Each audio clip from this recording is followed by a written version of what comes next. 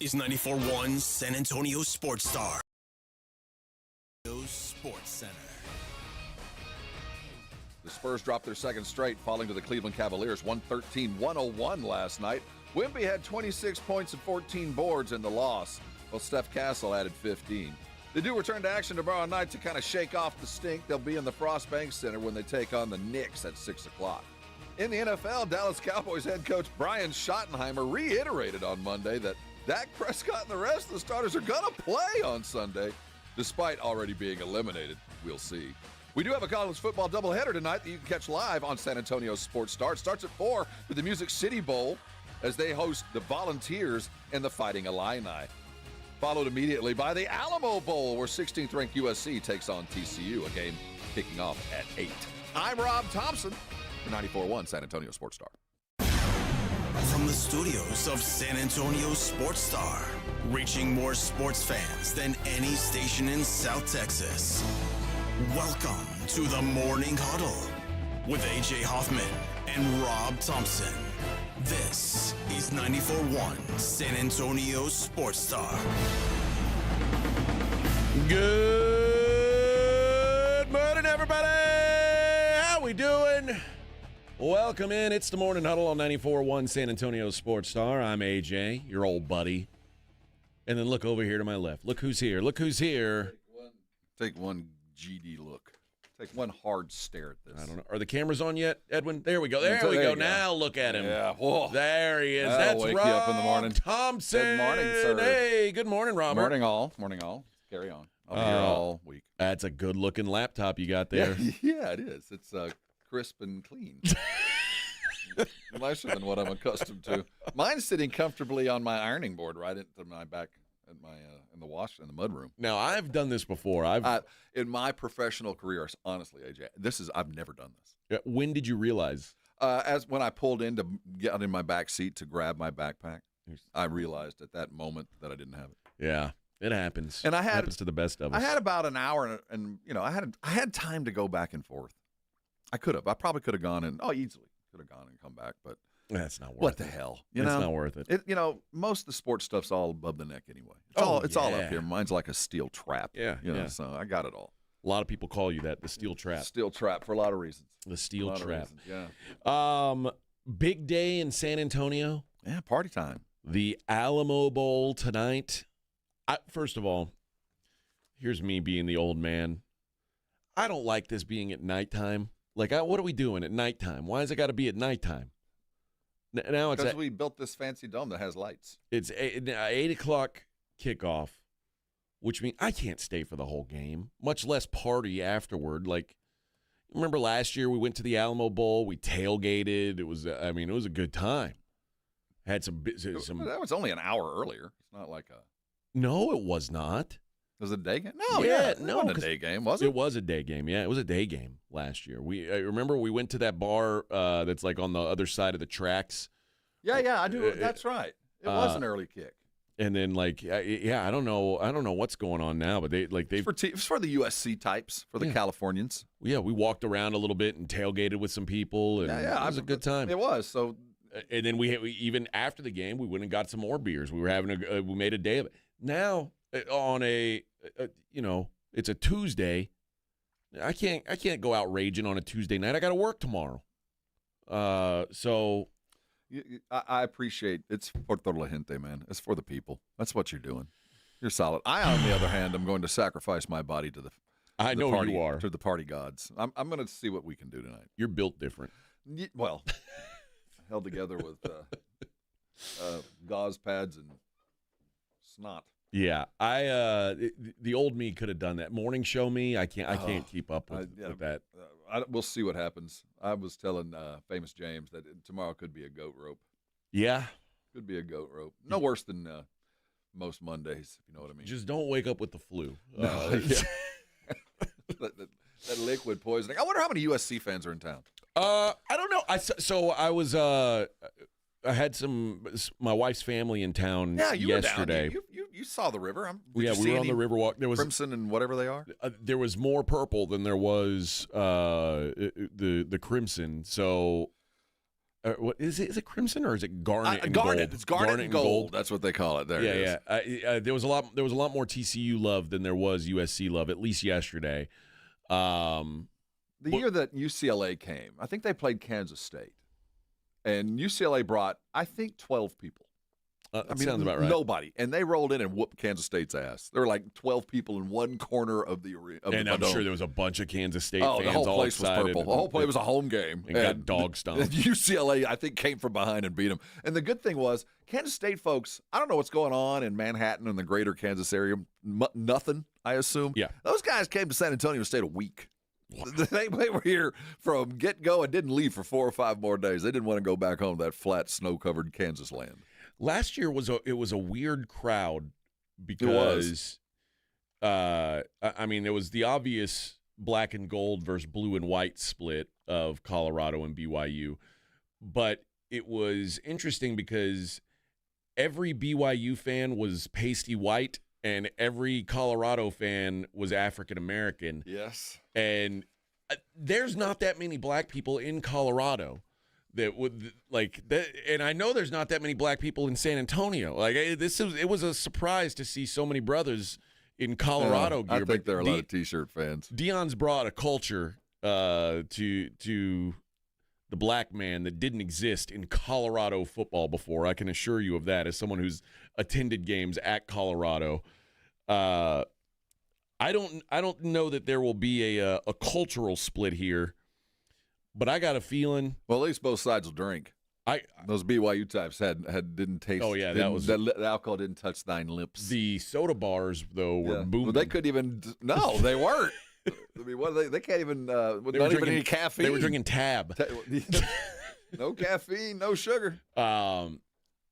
But I think there's a real good chance here that this is about a 75-80% purple crowd. I think so. And it's I do know this, that the student bases are very much the same. USC and TCU, those that attend those universities, they are of the same cultural strata and ilk. Oh, really? Yeah, at the same time. Pay your fee, get your B. Okay. A little bit of old school. Yeah, maybe so. I'm interested. I like people watching, so I'm interested to see like what the crowds are like. USC. I've been to. I went to a national championship game that USC played in. Like I know that when USC is good at football, people get excited about it. When USC is meh at football, if there's 5,000 garnet and gold shirts in that, I'd be shocked. I would be too. Shocked. I would be too. I don't think there's a lot of pepper underneath the USC program right now. No, they're not. Which is, it's funny. You've got a coach that's, a guy that a lot of people covet. But yeah, there's just not much juice with that thing right now for whatever reason. And good for USC. Like if they ain't winning 10 games, the people don't care. Yeah, that's true. The one thing we do know, Derek Fox over the years, that crew, Rick Hill and the like, have a knack for, even though teams are most of the time forced totally on them. They have a little bit of play between one or two teams. There is some discretion, but for the most part, lately they've had to be there. It's just this is the teams you got by their standings in their particular conferences. But even with that, there's the knack for the Alamo Bowl for bringing in two teams that are about to light it up, that are going to have an offensive explosion. For whatever reason, there's always the Alamo Bowls have become. Back in the old days, it was the Holiday Bowl. The Holiday Bowl was whoever the people behind that bowl, they would pick two teams that were going to go score 40 points each. It was going to be an offensive explosion. Well, the Alamo Bowl has become that. It's become, normally for ESPN, their second or first highest ranked non-New Year's Day bowl because it's always a fun game. And this one could be one of those 35-30, 42-35 games that you better be here till the end, and it's going to take 4 hours to finish, but it'll be a lot of scoring, and I get the sense that's going to go down tonight. Well, let me know how many points get scored in the second half. That's what I ask. The problem is, by the time we finish the first half, it's going to be 10:45. Because they're not kicking till 8. It's going to be a 2.5 hour half. Oh God. Vince says he went to dinner at Paisano's on the river last night, and they were packed with USC fans. Oh, good. Okay, So that's we good. want more folks. We don't like the little ones, but I'm sure you saw the entire contingent. That was the USC alumni club that was there, man. If they were fitting in Paisanos, that's not a good sign. Yeah, I was up and down the river. I didn't see a lot of the USC fans, and then at when we went to dinner at Mitiera, which I think is like it was my first time there. It's a landmark. Yeah, and so and there was a lot of purple in that place. A lot of purple, which I guess makes sense. That's like a tourist place, right? Oh yeah. So it's on the guidebooks. Yeah, you gotta eat at Mitiera's. The guy. The guy was like, "Is this your first time here?" I said, "Yeah." He's like, "Where are you from?" I said, "Here." He's like, "What? What? Did you chose chose tonight?" I said, "No, I guess I live here now. I'm not from here originally." He's like, "Oh, I was going to say you've lived here your whole life, hadn't been here." See your driver's license, sir. Yeah, but no, it was. I just didn't see much USC stuff. So I hope that maybe they're late arriving. Well, yeah. And, the funny thing is, at least it's USC and to some extent TCU because the legendary Joe T. Garcia is up there. Yeah, I mean. They know Mexican food. I also feel like 20 years ago there would have been more like T-shirt USC fans. Like, yeah. yeah. If the Reggie Bush days, no like doubt. there would have been people just showing up to see the show. Absolutely. There's a lot of used 10-year-old USC T-shirts around this country, and it won't take much to get those back up. Growing up, that was the school I wanted to go to. USC. They were front and center on TV broadcasts. Back then, you only got 3 games a week. Yeah. And USC was always on. They were tailback U. They always beat Notre Dame. Yeah. I mean, it was all the thing. I wanted to go to USC. That was, as a kid, that was the school that I thought was perfect for me. O.J. Simpson thought so, too. I don't remember O.J. playing for him, but I do remember all the way Marcus back to Allen, I bet you Charles remember. White. I remember Charles White was Anthony Davis and Ricky Bell, if you want to go all the way. Look at all the running backs were named. Yeah. That was the sexy school back in the day. Yep. They were the preeminent showboat school. Yeah. It's one of the guys I used to work with in Houston, Sean Salisbury, who Sean, played quarterback at USC, was like, he's like, I knew from the time I was a kid, that's where I wanted to go. They were always on TV. It was John Robinson. Yep. And there was another, I don't remember the other head coach, that were just legendary. Student body right. Give the ball to the running back and go. Go.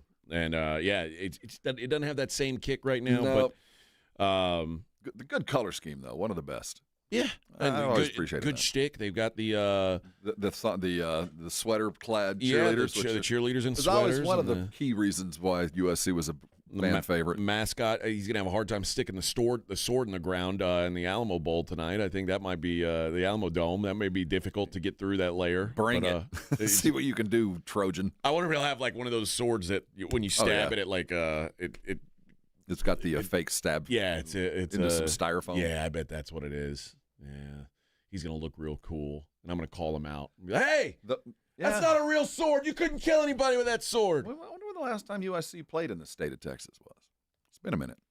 Oh, yeah, that's a good question. It's been a long ass time, I bet. So I mean, I don't know who they would even come here to play. Yeah, it'd have to be some kind of random, either showboat game or a bowl. It was they've probably played in a Cotton Bowl or they played in a big game at Jerry World. But yeah, it's been a while. I can't remember. Yeah, it's been a while. So we'll see how the crowds travel tonight. Hopefully we get some good out of towners in here, and hopefully some of you guys are listening today. Welcome in, Californians and Fort Worthians. Fort Worthians. Is that what they call them there? I don't know what they call themselves. I got a name for them, but I can't say it. No, I have no idea. Good to the good folks of Fort Worth, which, by the way, is a wonderful little town. It is a good part town. of the Metroplex, but not. They don't want to be part of it. They have their own news, their own TV. I ain't gonna lie, I don't like Dallas. It's no secret. I don't like anything about Dallas. Fort Worth, I can get down with. I used to like Deep Ellum. That was a good part of Dallas. Okay. Well, it's Start Club, Deep Ellum, but that's been 40 years. That's more Dallas than I like. Yeah. So my wife's from that area of the world. Sorry, man. North Dallas. Well, she doesn't claim Dallas. She's from Farmers Branch, the ghettos of Farmers Branch. Oh, is that the ghettos now? Yeah. Well, the hardcore streets of Brookhaven Country Club. Yeah, I bet it's tough. Yeah, I bet it's tough. It created Vanilla Ice, so it's rough scrabble, hard scrabble stuff. He's a tough dude. That's true. He grew up hard. Yeah. Mm-hmm. To the extreme, he rocked the mic like a vandal. In the drama club there. All right, those guys were tough sons of bitches. We'll talk about the game itself a little bit later on. When we come back, we got to have a discussion about these Spurs. And it might be an uncomfortable one. It's the Morning Huddle 94.1. 94.1 San Antonio Sports Star traffic from News Talk 550 KTSA. Good morning. Still have that trouble spot on 410 northbound approaching I-10. It's a disabled vehicle off to the shoulder. Roadwork 281 northbound St. Mary's to Hildebrand in the left lane. I-10 eastbound Hildebrand to Fulton. That roadwork also has the left lane closed. Now, heads up later on this evening. It is the 2025 Valero Alamo Bowl at the Alamo Dome. And, of course, do expect delays in and around 281, 37, 35, and downtown. I'm Debbie Alcacer, KTSA. Time Saver Traffic. Let's get the new year started with a brand new RV from the South Texas RV Super Sale. San Antonio area's best dealers have put together a fantastic RV show with the best prices ever. Hundreds of RVs for every family. Small towables, toy haulers, fifth wheels, and Class A, B, and C motorhomes. They're all on sale. Our dealers are picking up parking, so it's free. Come on over to SouthTexasRVSupersale.com to buy tickets in advance. Thursday, January 1st through Sunday the 4th at Expo Hall. Doors open daily at 10 a.m. at SouthTexasRVSupersale.com. See the best of the best, the area's top high school senior players in the San Antonio Sports All-Star Football Game, presented by Valero. 119 All-Stars from 68 high schools will compete in the annual Alamo Dome Showdown, Saturday, January 10th, following the Navy All-American Bowl. One ticket gets you into both games. Available on Ticketmaster. The San Antonio Sports All-Star Football Game, presented by Valero. January 10th at 5:30 p.m. at the Alamo Dome. This report is sponsored by Discover. Guess what? Discover's accepted at 99% of places that take credit cards nationwide. You heard right, 99%. If you don't think so, maybe it's time to face facts. You're stuck in the past. Based on the February 2024 Nielsen report, learn more at discover.com/creditcard. Flight by Yuengling is the next generation of light beer. For those who don't follow trends, but craft them. Flight by Yuengling is 12 ounces of uncompromised refreshment from America's oldest brewery. With only 2.6 grams of carbs and 95 calories, this is premium refreshment 6 generations in the making. Don't just raise a glass, raise the bar. Flight by Yuengling. Available wherever beer is sold. DG Yuengling and Son Incorporated, Pottsville, Pennsylvania. Please enjoy responsibly. America's best high school football players are coming to San Antonio. It's the Navy All-American Bowl at the Alamo Dome on Saturday, January 11th. Trevor Lawrence, C.J. Stroud, and Jeremiah Smith played here. Join us for a day of exciting football to see the stars of tomorrow at the Navy All-American Bowl, followed by the San Antonio Sports All-Star Football Game, presented by Valero. Fan Zone opens at 9:30 a.m. Tickets on sale at the Dome box office and Ticketmaster. Lowest prices, biggest selection. Lowest prices, biggest selection. At Mr. W Fireworks, we have always offered the lowest prices on fireworks. And we always will. We never charge additional hidden fees, and we always price our fireworks more than 50% less than the other guys. When you shop at Mr. W Fireworks, you can be sure you are getting the lowest prices around. And the biggest selection. Look for the big W on our sign. Or visit MrWFireworks.com to find a location near you. Happy New Year! The following is a dramatization. Davis Law Firm, how can I help? Hi, I got hurt in a wreck, but I don't know if it's really worth getting an attorney. Don't worry, you called the right place. I'm Jeff Davis. At Davis Law Firm, we're here for you 24/7, and you don't pay unless we win. We recently secured a jury verdict for $210 million in a wrongful death case. So if you've been hurt, call us at 444-4444. Davis Law Firm, San Antonio. Want to be the block party hero this year? Head to Off Fireworks Megastore, just 2 miles outside 1604 and Petranco. Get the loudest deals. Buy 2, get 1 free on 500-gram aerials and reloadable artillery shells, plus more. Light it up at Off Fireworks, 13022 Petranco Road. Kohl's new clearance markdowns are intense. Up to 70% off is the kind of deal that'll leave you feeling stunned and make you whisper things like, "Where have you been my whole life?" to a cardigan. Just take a deep breath, steady your cart, and try to act normal. But it's not possible. The savings are just too good. Shop new clearance markdowns now, in-store and online at Kohl's. Select styles, some exclusions apply. See store or kohls.com for details. Nothing makes a gathering great like Eggland's Best Eggs. They're just so delicious, with better nutrition too. For us, it's eggs any style, as long as they're the best. Eggland's Best. Better taste, better nutrition, better eggs. At Straight Talk, we get it. You say no a lot. Mom, can I get a tarantula? No. Coffee? No. So we're giving you more reasons to say yes, like a free 5G phone with real unlimited data with select plan activation. Can I use the free phone? Yes. See? Doesn't it feel good to say yes to more? Absolutely. Face tattoo? Absolutely not. Available at straighttalk.com and Walmart.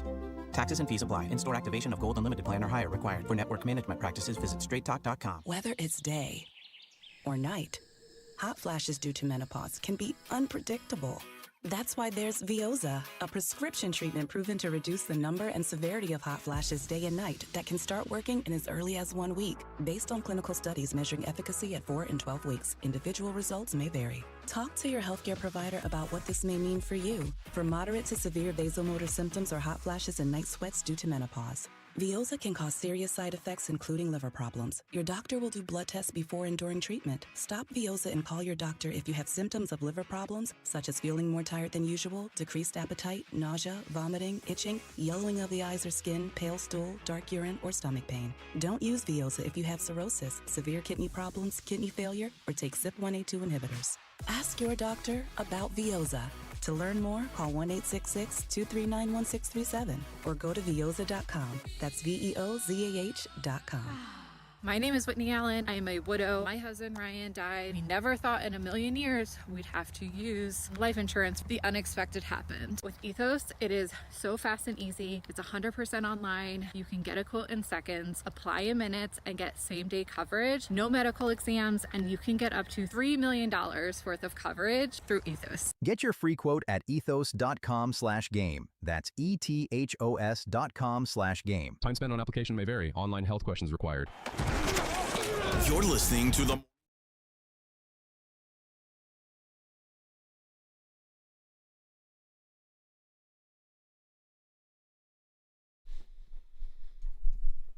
Hey now, Morning Huddle 94.1. Welcome in, everybody. However you may be tuning in. Some people on the YouTubes, some people on the radio dial, some people on Spotify. I don't know where you're listening, but thank you. We appreciate it. And if you have a meter, stay with us. Just lay it down in front of your radio and go about your day. In fact, come pick up this $20 bill I have for you. That's illegal, but if you wanted to do it and come find out. I would never. We would never leave an envelope full of cash. Do that. Sitting out for your promise to never do turn that. It off, to TOLO us. 2018, I looked it up. I forgot Texas hosted USC about, I guess, 7-8 years ago. Was it 2018? Yeah, set the attendance record at DKR. Oh, wow. So they went into Austin. I forgot about that. They did. Jumped out 14-0, and then Texas rolled on them. I think that was the last time USC visited our fair state. They take enough kids out of this state. You'd think they'd come more often.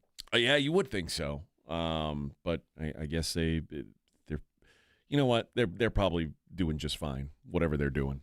They seem like they're working out all right. USC a 6-point favorite tonight in the Alamo Bowl. That's probably about right. Total 55.5. That's probably low. That's a low total for the Alamo Bowl. I will say that. It is a pretty low total, especially considering like the Music City Bowl today is at Tennessee in Illinois. That's 61.5. Yeah, that's actually that's a low key good football game. USC is like I've said it all year long. I think USC's offense is legit. Like the rest of their team, I don't know, but USC could score. Jaden Maya was a good quarterback, really good. Hell, TCU's got some. I don't know who's all playing for TCU, so that could have something to do with it. Okay, let's get into these Spurs because we were talking a little bit before the show, and the Spurs are now. Last night, you mentioned it yesterday. You were talking about the Jazz game on Saturday, and you called it profit-taking. And I tended to agree. It was just kind of like, all right, we won 2 big games. Take a night off. Well, not take a night off, but, if it doesn't happen, it doesn't happen. We won 8 straight. Yeah. We got money in the bank. Last night, though, to play even with the Cavs for 3 quarters and then just no-show the fourth quarter and get your heads kicked in by a team that's a play-in caliber team. They were desperate. Point. They played a desperate team that had to get a win. I mean, that's a team that they're playing below their ilk. They're a better team than 500. So they came in needing to make a statement against a team that felt like they'd already made a statement. That already had done what Cleveland is needing to do now to prove to themselves that they are that good. And Cleveland is.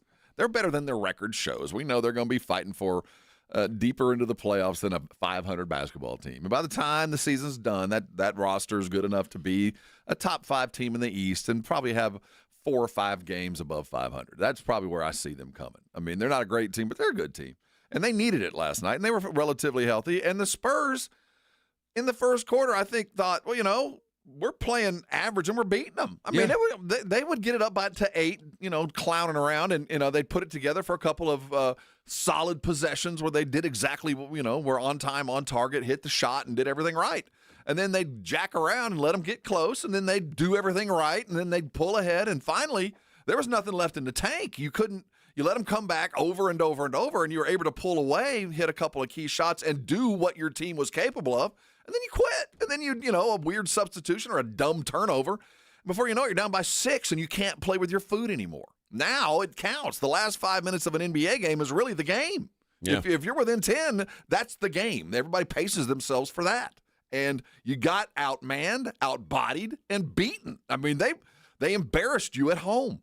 They took your lunch money. You had it. You had a double-digit lead in the first half. You had everything you needed, and they took your lunch money in the last 5 minutes of the game. So that's embarrassing. That's the kind of stuff that happened at home. You had been in your bed for 4 or 5 days, and they came in and beat you like that. And what's more embarrassing is they beat you at your game, not theirs. When they made their run, it was when they went little, when they had 4 littles and 1 big out there, when they did what you do better than you. And Jared Allen, the one big they had out there, was having his way. Oh, yeah. Both Mobley and Allen, whenever they were coming back, that's when they were effective. But when they made the run, it was the little dudes. Yeah. So it brings the question, what are these guys? Day to day. I mean, and that's day to day. So, like when people get mad at me saying I glazed the Thunder, the reason why I have so much love for this Thunder team is because it feels like they're a hard hat. They show up. You know what you're going to get with them. That's all. They're not going to win every game. That's all Shea. That's him. That was Tim Duncan with the Spurs. Pop happily got on the train, but when your superstar, the MVP, is the first one to work and the first one to tell you, hey, you know what? Me and you, we both sucked last night. Get to work. Coaching doesn't do that. That's all Shea Gilgeous-Alexander. He sets the tone. He makes the locker room what the locker room is, and you can tell by his demeanor. He is steady as she goes. I mean, he woke up the next morning and said, yeah, they're better than us. There was no anger in it. You can't say they aren't when they beat us 2 times in a row. The Thunder are going to have off nights, but the Thunder don't take nights off. Right. That's the best way to put it. And the Spurs, day to day, which team's going to show up today? The one that believes and follows and does the things right, or the one that thinks they're really, really good? And we got MVP stuff. And, man, did you see all the highlights of us last night? Did you notice the NBA promos that there's 3 of us on the promo? Have you noticed all the stars in our locker room? Fun, right? Yeah. Because at the end of the day, those 2 wins at the Thunder, or 2 wins against the Thunder, those back-to-back wins, Christmas Day and then a couple days before, that's going to be 2 wins in the win column, and you basically cross those out with 2 losses that you shouldn't have lost at home to teams that you're better than. And I hope they woke up embarrassed this morning. I hope they're mad. So at the end of the year, it's just going to be 2 stripes in one column, 2 in the other, and like all this. I maybe bought into it too. Like you don't need to sell. Don't sell. But they don't. What they have to realize, when you pulled that 8 straight, when you beat OU, whether you wanted to become it or not, you are now a target. You're gonna have to get ready for this, man. They're coming for you every night. You're not an off night anymore. I'm not selling that they're not good. Obviously, they're good. You're not second place in the West. 4.5 games out of first or whatever. If you're not good, maybe what I feel like I bought into early on was they're ready to win this year. They're ready to win, like to be a championship contender this year. No, you have the right to buy any team that wins 8 straight and beats the arch nemesis, the best team in the league twice convincingly. You have to think that. If you don't, then you what? I mean, you don't win 8 straight and do that without being considered one of the elites. That's who you are. Now it is, can you maintain that? We know what your ceiling is. You've showed it to us. Now the expectation is grow into that. Do that not just day to day, but week to week, and start stacking wins, winning ones that you're not supposed to, but more importantly, winning the ones that you are supposed to. Yeah. You're supposed to beat Cleveland at home now. That's not supposed to be that hard. And you played for 3 quarters like you should. You played for 3 quarters against a team that was desperate, but you had your will. Whenever they tried hard, you put it together and kept a lead, and then you forgot what you were doing late. And that is the difference between champions and also-rans. You just didn't show up. You didn't close the door. And I don't know how hard it is to teach. I know if you knew how to do it, you could bottle it, you'd be rich beyond belief, but there's a witchcraft to it that the coach and the players are going to have to get through. You're going to just win on your worst nights. And the game last night felt very much like that the NBA Cup championship game where you're toe-to-toe with them, and then the fourth quarter comes around, and you just no-showed it. Yeah, and you got and the thing is, you get fancy, and you're trying to showboat it, and you're trying to each guy is trying to do the thing that turns the team on. Like, I'm going to hit the big 3 that lights this thing up. I'm going to make the pass that gets everybody excited. I'm going to make the dunk that really lights the crowd and gets the momentum going our way. That's not how you do it. I mean, the whole team has to do it, not just one guy trying to get the shot to do it. And we had a string there where Wemby takes the step to the side 3 because I'm going to get the 3 to start the run. And nope, missed it. I'm going to charge the lane and act like I'm going to lay it up and kick it to the corner to get the momentum going, and you threw it 3 feet behind him. Just run the play. Just play basketball. You don't need to lighten things up. Just do the right things, and you'll get back in the game. But no, we got to be a showboat because we're good now. We're stars. Yeah. I'm on all the highlights. Yeah, that's it. That last night was a frustrating one. And again, I'll allow the Jazz. I mean, even though the Jazz are way worse than the Cavs, it just felt like okay, it was a natural letdown spot. The game last night did not feel like it should have gone the way that it did. Like if you're an NBA title contender, you don't fall asleep in the fourth quarter of a game against the Cavs. You're allowed one of those a month. You're allowed one slip, and that's the Utah game. That's the game that should have surprised you. You knew Cleveland was coming for you. They got their issues. They know they're better than this. And then guess what? You get in response, you get a Knick team that's already kicked your ass. Yeah. You get a Knick team that knows they can beat you showing up. So you better wake up and go through your run-through pretty well today. You better look at some tape because the Knicks know they can beat you and know how to beat you.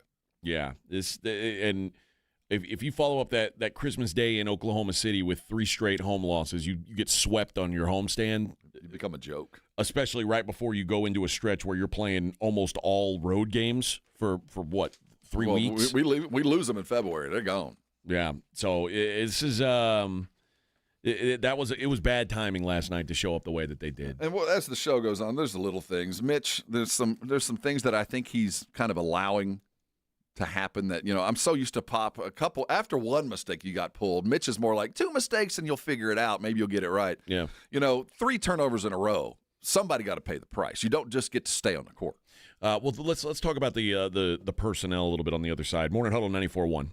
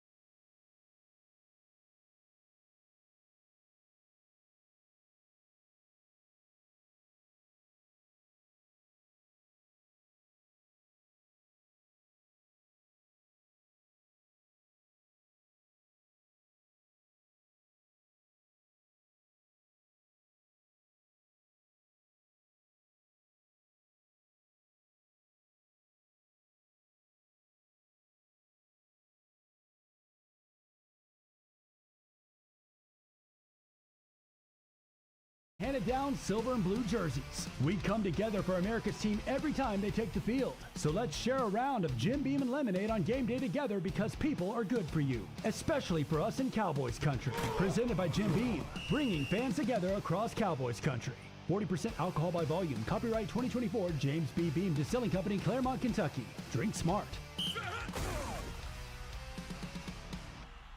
This report is sponsored by the Crohn's and Colitis Foundation. The Crohn's and Colitis Foundation has been at the forefront of inflammatory bowel disease research and care for over 50 years. Learn more about research, education, and support at Crohn'sColitisFoundation.org.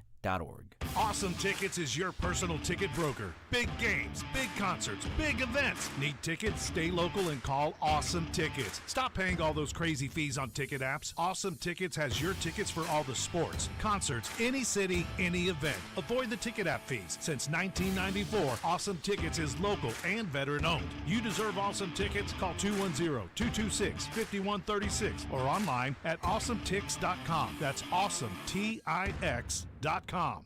George Gets Justice. The holiday should bring warmth and family together, not an unexpected trip to the hospital after being hit by a careless driver. If this happens this holiday season, you need to get George. George Salinas Injury Lawyers handle everything, so you can focus on what really matters, being with the people you love. And remember, you only pay if they win. Call 210-225-0909 or visit getgeorge.com. George Gets Justice. GetGeorge.com. Principal Office, San Antonio. Are you living with dry AMD? If so, you could be on the road to geographic atrophy, or GA, a condition that leads to retinal cell death and permanent vision loss. But with Izervay, you can slow it down and get it going slower. Izervay slows GA progression by targeting a key source of retinal cell death, which may help preserve your vision longer. Izervay, or Avastin Captid Pagel, is a prescription eye injection used to treat GA. Don't take it if you have an infection or active swelling in or around your eye. Izervay can cause eye infection, retinal detachment, or increased risk of wet AMD. Izervay may temporarily increase eye pressure. Your vision may be impaired after an eye injection or exam. Don't delay. Ask your doctor about Izervay today. Izervay gets GA going slower. Visit Izervay.com. That's IZERVAY.com. Paid for by Astellas Pharma. Running a business means wearing multiple hats. So if you're like me, you probably started out using your personal phone, taking client calls and texts nonstop. As my business grew, I needed something smarter. That's when I switched to Quo, the #1 business phone system. Quo works right on your phone or computer. No carrying 2 phones, no clunky landline, just one easy app you can try for free. Your team can share one number and handle calls and texts together like a shared inbox. Any teammate can jump into the conversation, so customers get faster responses. And Quo's AI assistant summarizes your calls and responds to customers 24/7, so you never miss a lead or opportunity. All this starts at just $15 a month. That's basically 2 coffees. You can even keep your current business phone number. Find out why 90,000 businesses trust Quo. No missed calls, no missed customers. Try Quo for free at quo.com/sports. That's quo.com/sports to try Quo free. QUO.com/SPORTS. Presented by Robinhood. He crosses, spins, pulls up. With Robinhood Prediction Markets, buy or sell your predictions all game long. No house odds, just you versus the market. Put your sports IQ to work. Trade every shot, block, steal, run, and moment that shifts the game. With Robinhood Prediction Markets, trade every play. Visit Robinhood.com/predict to start trading. Futures and cleared swaps trading involves significant risk and is not appropriate for everyone. Event contracts are offered by Robinhood Derivatives LLC, a registered futures commission merchant and swap firm. O'Reilly! Check engine, ABS, or maintenance light on? Take the guesswork out of your warning lights with O'Reilly Veriscan. The service is free and provides a report with solutions verified by ASE certified master technicians. And if you need help, we could recommend a shop for you. Ask for O'Reilly Veriscan today. O'Reilly Auto Parts. Taxes was feeling so stuck. Sitting in traffic, squeezing into a parking spot, all to squeeze in getting tax help during your lunch break. Now Taxes is a TurboTax expert who does your taxes for you, while you go about your day getting real-time notifications about their progress. and the most money back guaranteed. Now this is taxes. Intuit TurboTax. See guarantee details at turbotax.com/guarantees. Only available with TurboTax experts. Real-time updates only in iOS mobile app. Getting more as a MyLowe's Pro Rewards member is easier than ever with the Lowe's app. Download it today and earn 500 points the first time you log in. Plus, your digital wallet helps you scan, save, earn, and access what you need to manage it all in one place. Download the Lowe's app and take advantage of your Pro benefits today. Lowe's, we help, you save. Valid 12/125 through 1/7/26. Offer valid for first login per organization only. Loyalty program subject to terms and conditions. Additional restrictions apply. Visit Lowe's.com/terms for more details. Subject to change. It's The Blitz with Jason and Joe. Afternoons at 2. Coming up Tuesday on The Blitz, how close are the Houston Texans to being a legit Super Bowl team? We'll talk about it with Indy Kalu at 2:35. And will the Cowboys make a change at defensive coordinator? We'll ask Shireen Williams at 3:15. The Blitz starts at 2. The Blitz with Jason and Joe. Afternoons at 2 on 94.1 San Antonio Sports Star. The NFL lives right here. 94.1 San Antonio Sports Star.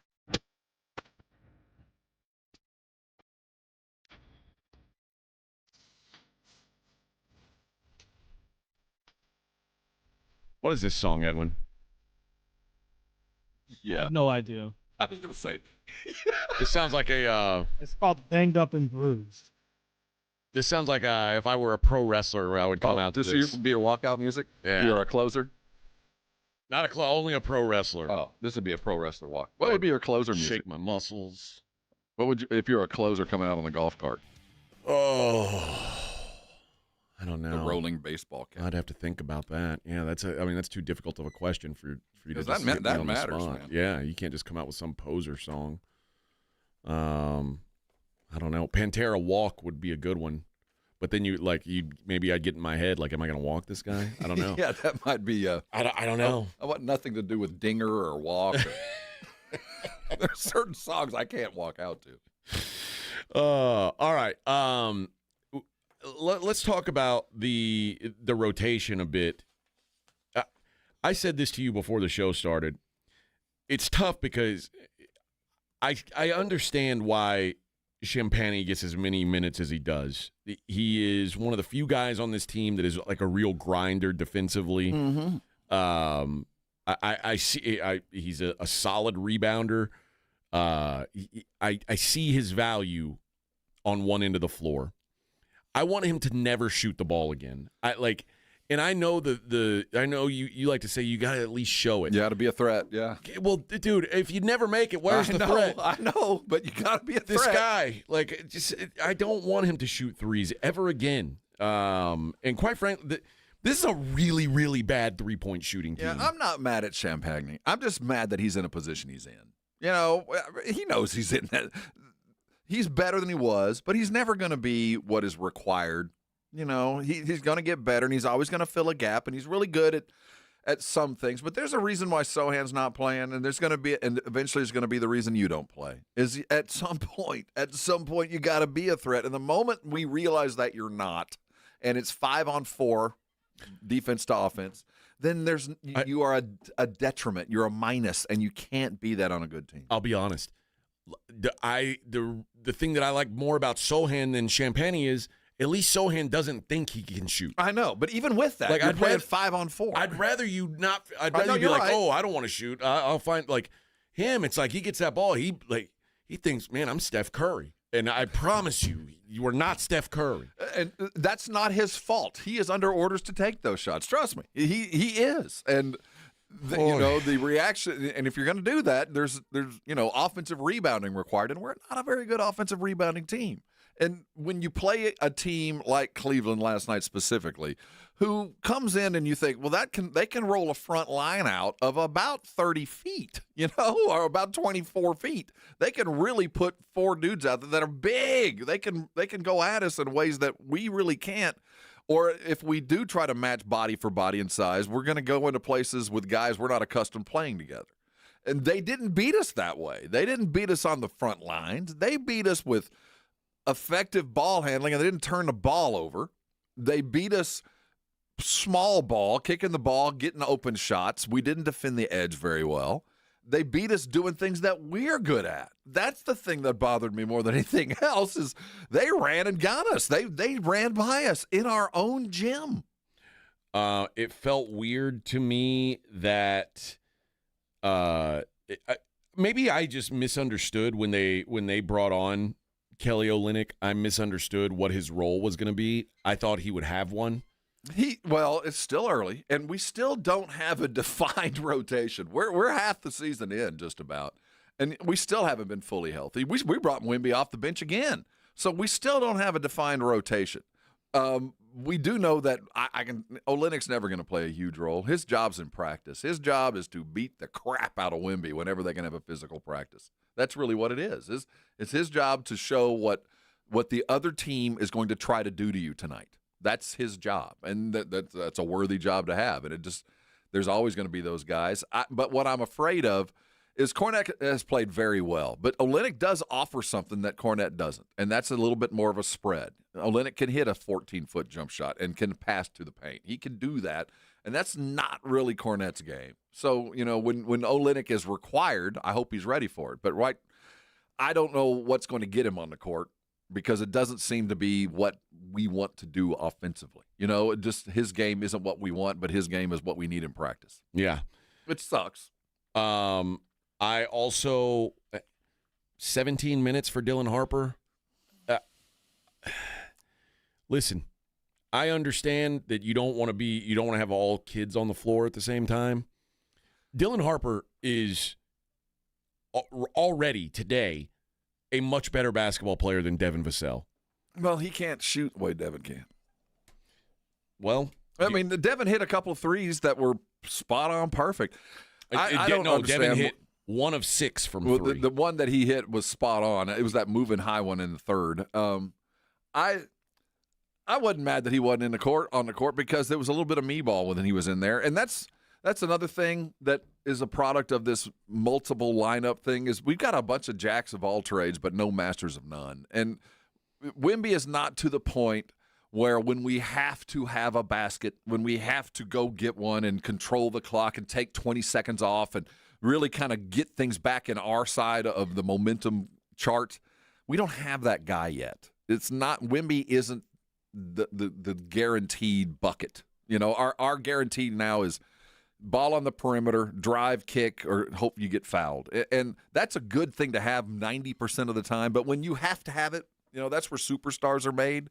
We don't have that yet. So that leads to turnovers. That leads to a little bit of me ball. Like, okay, I got it. Yeah. And that hurts. And that's going to be a product of rotation and understanding my role when I'm in there. And right now we got a bunch of ill-defined roles with a bunch of good dudes doing them. And it wins a lot of times. But when you have to have it, like last night when that run was about 6 and we knew we had to get a bucket and De'Aaron Fox pushed off and a foul call, and the game was over at that moment.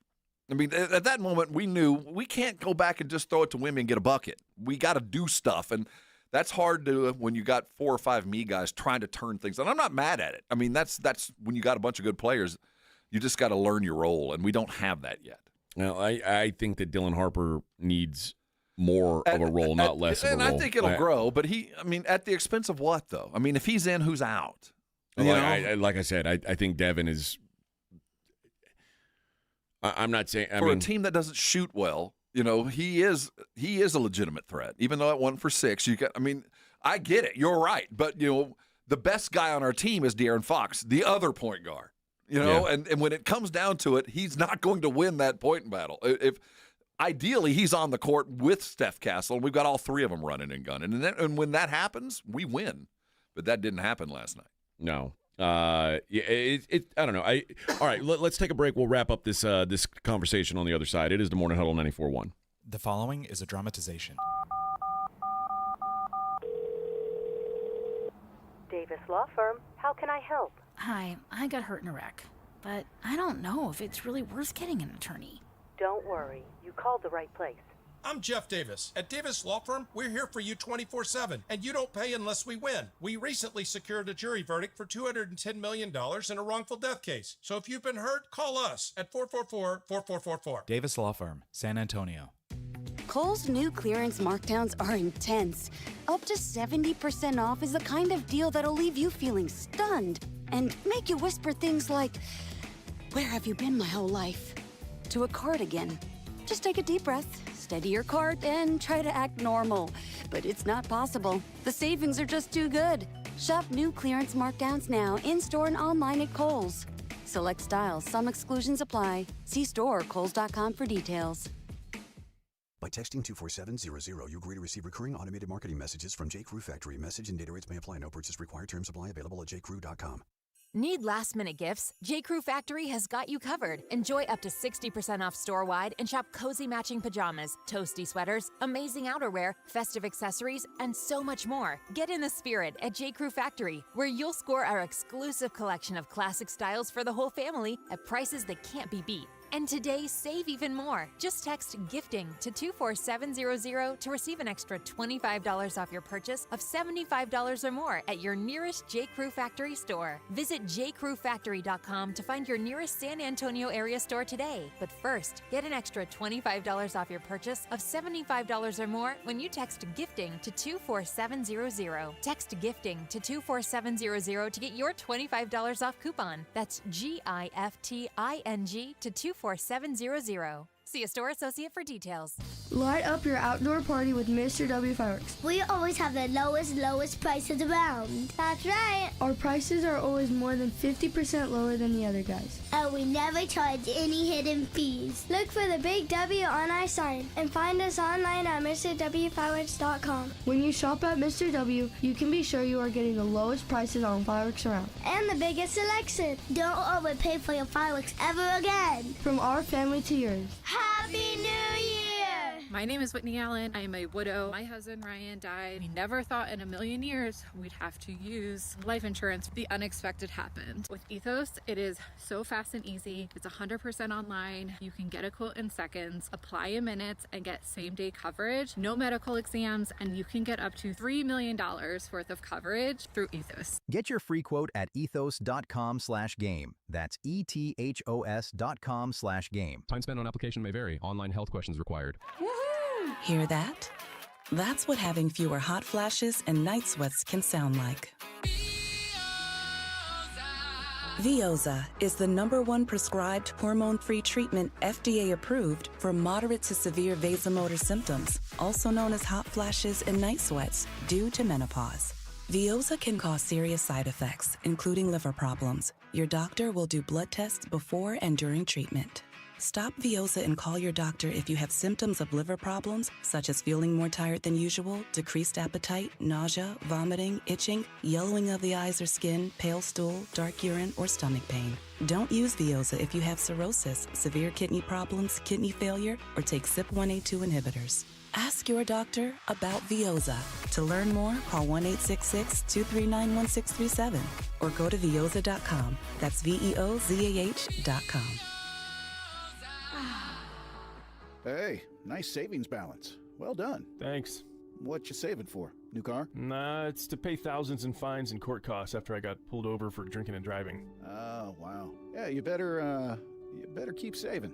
Yeah. Drinking and driving can wipe you out in more ways than one. It can hurt or even kill innocent people, drain your bank account, tear your future apart, even take your life. You're smarter than that. This holiday season, drive sober or get pulled over. Brought to you by NHTSA. I know that hiring can be challenging. You need someone to match your role perfectly. Well, now you can meet them fast on ZipRecruiter. Build your team, build it sooner. Meet your match on ZipRecruiter. Just head to ZipRecruiter.com/free right now to try it for free. That's ZipRecruiter.com/free. Meet your match on ZipRecruiter. Try it free. It's the Morning Huddle with AJ Hoffman and Rob Thompson on 94.1 San Antonio's Sports Star.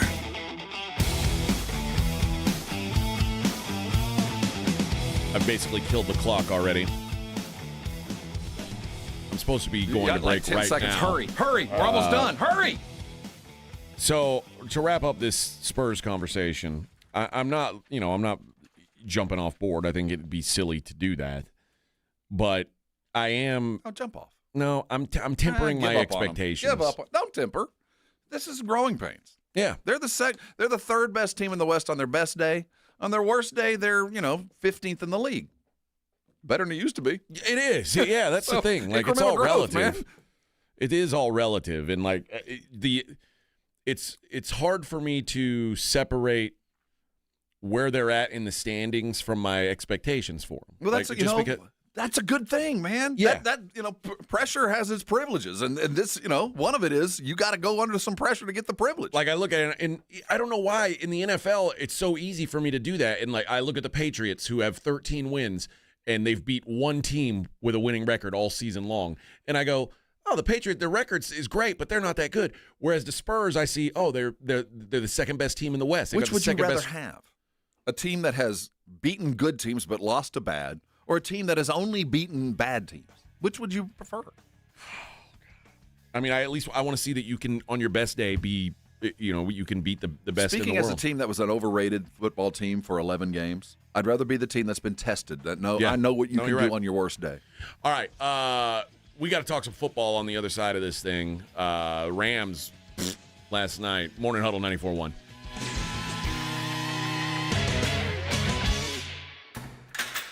You're locked on the Morning Huddle with AJ Hoffman and Rob Thompson. KTFM Floresville. The largest gun show in San Antonio is at the Shriner Auditorium this weekend. Texas Gun Shows is open this Friday from 4 to 7 p.m., 10 a.m. to 5 Saturday, and then 10 a.m. to 4 Sunday. Texas Gun Shows is at the Shriner Auditorium on 1604 this Friday through Sunday. A new exclusive offer with an eligible Bank of America Visa credit card is your opportunity to go from cardholder to ticket holder for the FIFA World Cup 2026. For a limited time, when you're approved for a new customized cash rewards or unlimited cash rewards Visa credit card, you're eligible for a chance to purchase FIFA World Cup 2026 tickets. Learn more today at BofA.com/cardFWC26. What would you like the power to do? Bank of America, proud to be the official bank of FIFA World Cup 2026. Bank of America NA in partnership with Visa. Terms apply. All rights reserved. Want to be the block party hero this year? Head to Off Fireworks Megastore, just 2 miles outside 1604 and Petranco. Get the loudest deals. Buy 2, get 1 free on 500-gram aerials and reloadable artillery shells plus more. Light it up at Off Fireworks, 13022 Petranco Road. This report is sponsored by Positive Coaching Alliance. Got issues with youth or high school sports? Positive Coaching Alliance can help. PCA, a national nonprofit, offers more than 1,000 free online resources for youth and high school sports coaches, parents, students, and administrators. Visit PCADevZone.org. I love a day on the water with friends, but my moderate to severe plaque psoriasis sometimes holds me back. Now I'm all in with clearer skin thanks to Skyrizi. Risankizumab Riza, a prescription-only 150 milligram injection for adults who are candidates for systemic or phototherapy. Teaching music is my passion, but my active psoriatic arthritis can limit me at times. Now I'm treating my joint symptoms with Skyrizi. With Skyrizi, most people with plaque psoriasis saw 90% clearer skin at 4 months. Or if you are an adult with active psoriatic arthritis, Skyrizi helps you move with less joint pain, stiffness, swelling, and fatigue. Don't use if allergic to Skyrizi. Serious allergic reactions, increased infections, or lower ability to fight them may occur. Before treatment, get checked for infections and tuberculosis. Tell your doctor about any flu-like symptoms or vaccines. There's nothing like clearer skin. There's nothing like better movement, and that means everything. Ask your doctor about Skyrizi. Visit Skyrizi.com or call 1-866-SKY-RIZI to learn more. By texting 64,000, you agree to receive recurring automated marketing messages from Real Success. Message and data rates may apply. No purchase required. Terms apply. Available at ourrealsuccess.com.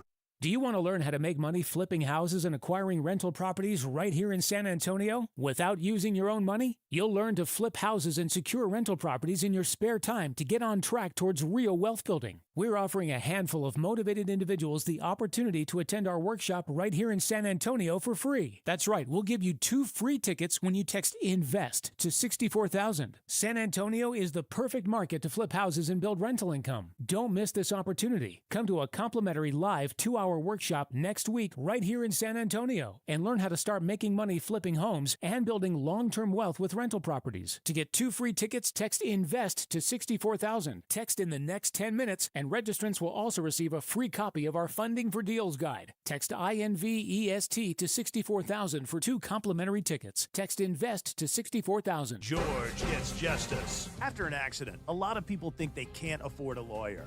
They're already stressed, hurting, or maybe out of work, and the last thing they need is a big retainer fee to get help. But here's the truth. At George Salinas Injury Lawyers, you only pay if they win. Real help is within reach. Right now, call 210-225-0909 or visit getgeorge.com.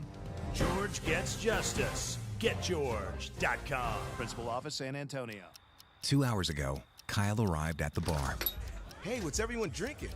30 minutes ago, Kyle got his friends another round of drinks. Cheers! 5 minutes ago, Kyle decided to drive home drunk. A minute ago, a law enforcement officer pulled up behind Kyle. Sir, have you been drinking tonight? A chain of events that began 2 hours ago is about to change Kyle's whole world. Drive sober or get pulled over. Paid for by NHTSA.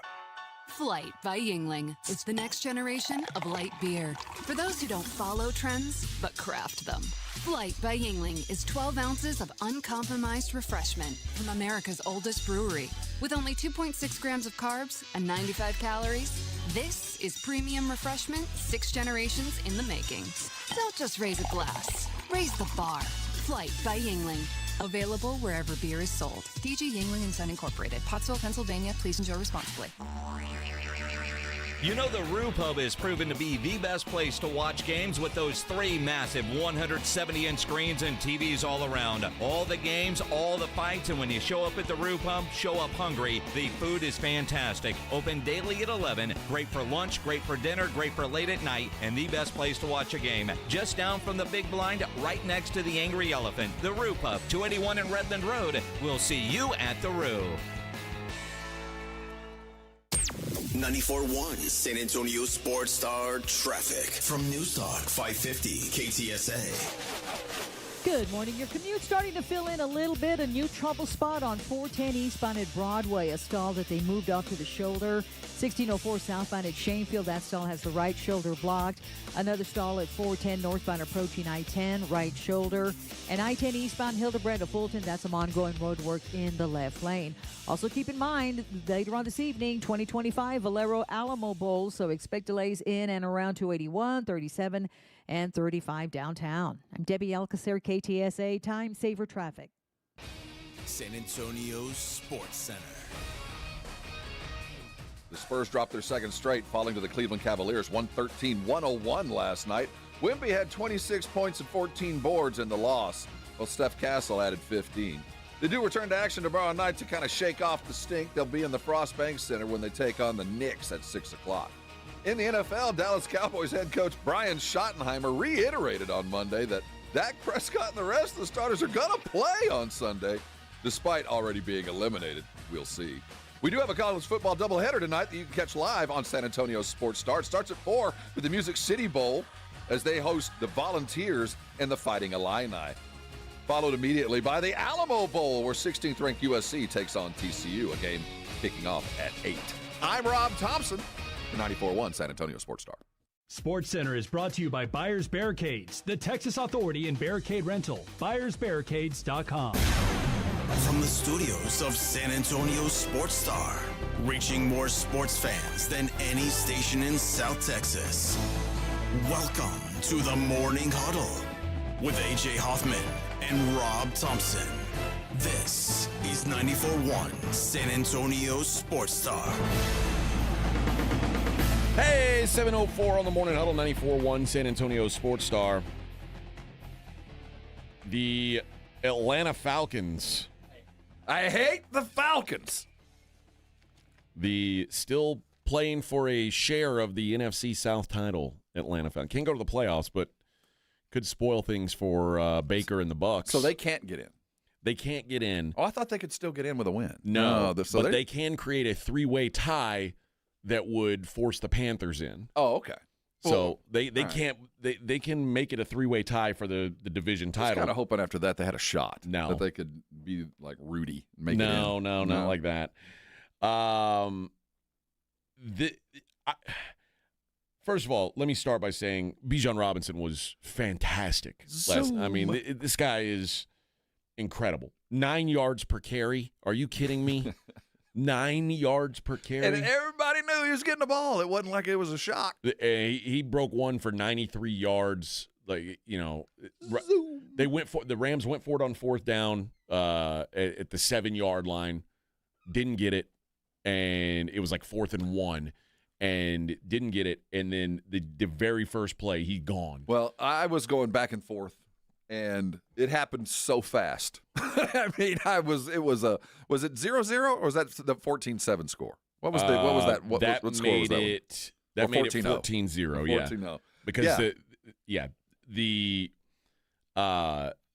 7-0 came that was in the first quarter. That was the Falcons. What I was getting to is I don't know that the Falcons played like some great game. The Rams sure played a poor one. Well, I saw, and this is probably they just kept putting them in position to not win. The crux to the conversation, I think, by the end of the day, first there'll be the surprise of how the hell did you lose to the Falcons, and then the discussion is already beginning. What did that do to Stafford? What did his performance do toward the MVP chase? Because. And I was wrong. I made it 21-0. So that was the pick six made it 14. When I turned away, the Rams were driving, and it looked like they were going to score. Yeah. I come back. It is now 21-0, and the Rams are and they're just running out the clock. I mean, it's the end of the second quarter. I didn't pay attention again until it was 21-14. Yeah. And at that point, I saw the end of the game after the Spurs were done. I saw an effective Stafford. By the time I turned back, I saw the MVP Stafford. I didn't see the first half Stafford. First half Stafford, yeah. Was there, even though it was in the end a failed, if not valiant, effort to come back, was it enough for those that watched to knock him to second in the MVP voting? Well, let's look at the odds, Rob. Well, the odds tell me it did. Remember yesterday, Matt Stafford was about a minus 200 favorite to be the MVP. If you liked Drake May, you could get him at about plus 180. And then, it's still just those two guys. Today, if you think Matt Stafford is the MVP, you'll get 3-1 on your money. Drake May is now a minus 400 favorite to win the MVP of the league. It didn't look that bad for Stafford. I mean, now the next question is, does Drake May, is he now so solidly in this that this Sunday doesn't matter? Well, this Sunday matters because they're playing for the 1 seed. So he can play himself out of it, just like Stafford did. And can Stafford play? I think if I was a voter, I'm not. I don't know how I still don't vote for Stafford. I still look at this like, Drake, you got plenty of opportunity. And despite a couple of horrific national TV games for Stafford, I think this is the second time on national TV he's had a bad game. And he's only had probably 2 or 3 all year. Yeah. That I'm just not going to check out on Stafford yet. Yeah, I'm not either, but he certainly opened the door for the conversation. The thing is now, I don't know that the Rams have anything to play for. The Rams now they don't have a chance to win the NFC West. They are going to be on the road when they start the playoffs. So like best case scenario for them is Seattle wins and the Rams are the 5 seed, which would, 5 seed's not bad. And if they're 12-5, it's not like that's a disappointing season. 12 wins is never a disappointing season in the NFL. But if I'm the Rams, I don't know that I'm playing Matt Stafford. I don't know that I'm playing Puka Nacua. You're playing the Arizona Cardinals. You might win without him. You probably will. But my priority isn't winning Matt Stafford the MVP. It's trying to win the Super Bowl. It's not. But there is something of, I'm not sure if Stafford ever gets this chance again. Just knowing he almost certainly does not get this chance. He'll run it back for sure again. Well, no, he might not. No, there's I think some he talk will. we'll see. But knowing that, and knowing that if he does get it, not only does it, not long deserved, but certainly well deserved honor, if not in total for this year, but for a sum total. But I think it catapults him even further than that. I think when and if he does finally retire, and he can put a Super Bowl ring again with an MVP and the miles of yards he will have thrown by the time he's done, he could stack up against the very best of all time. Yeah. If he decides to do that. Now, I'm not sure if he's deserving of it yet, but I know if he's holding an MVP trophy, it certainly puts him in the room. And that one difference being the MVP. He goes from being, you're a Hall of Famer, there's no question about that, to once we start stacking numbers, you're sitting next to Joe Montana and Tom Brady and, literally the greatest to ever lace them up, not just a member of an elite club. You're in the VIP room if you get an MVP.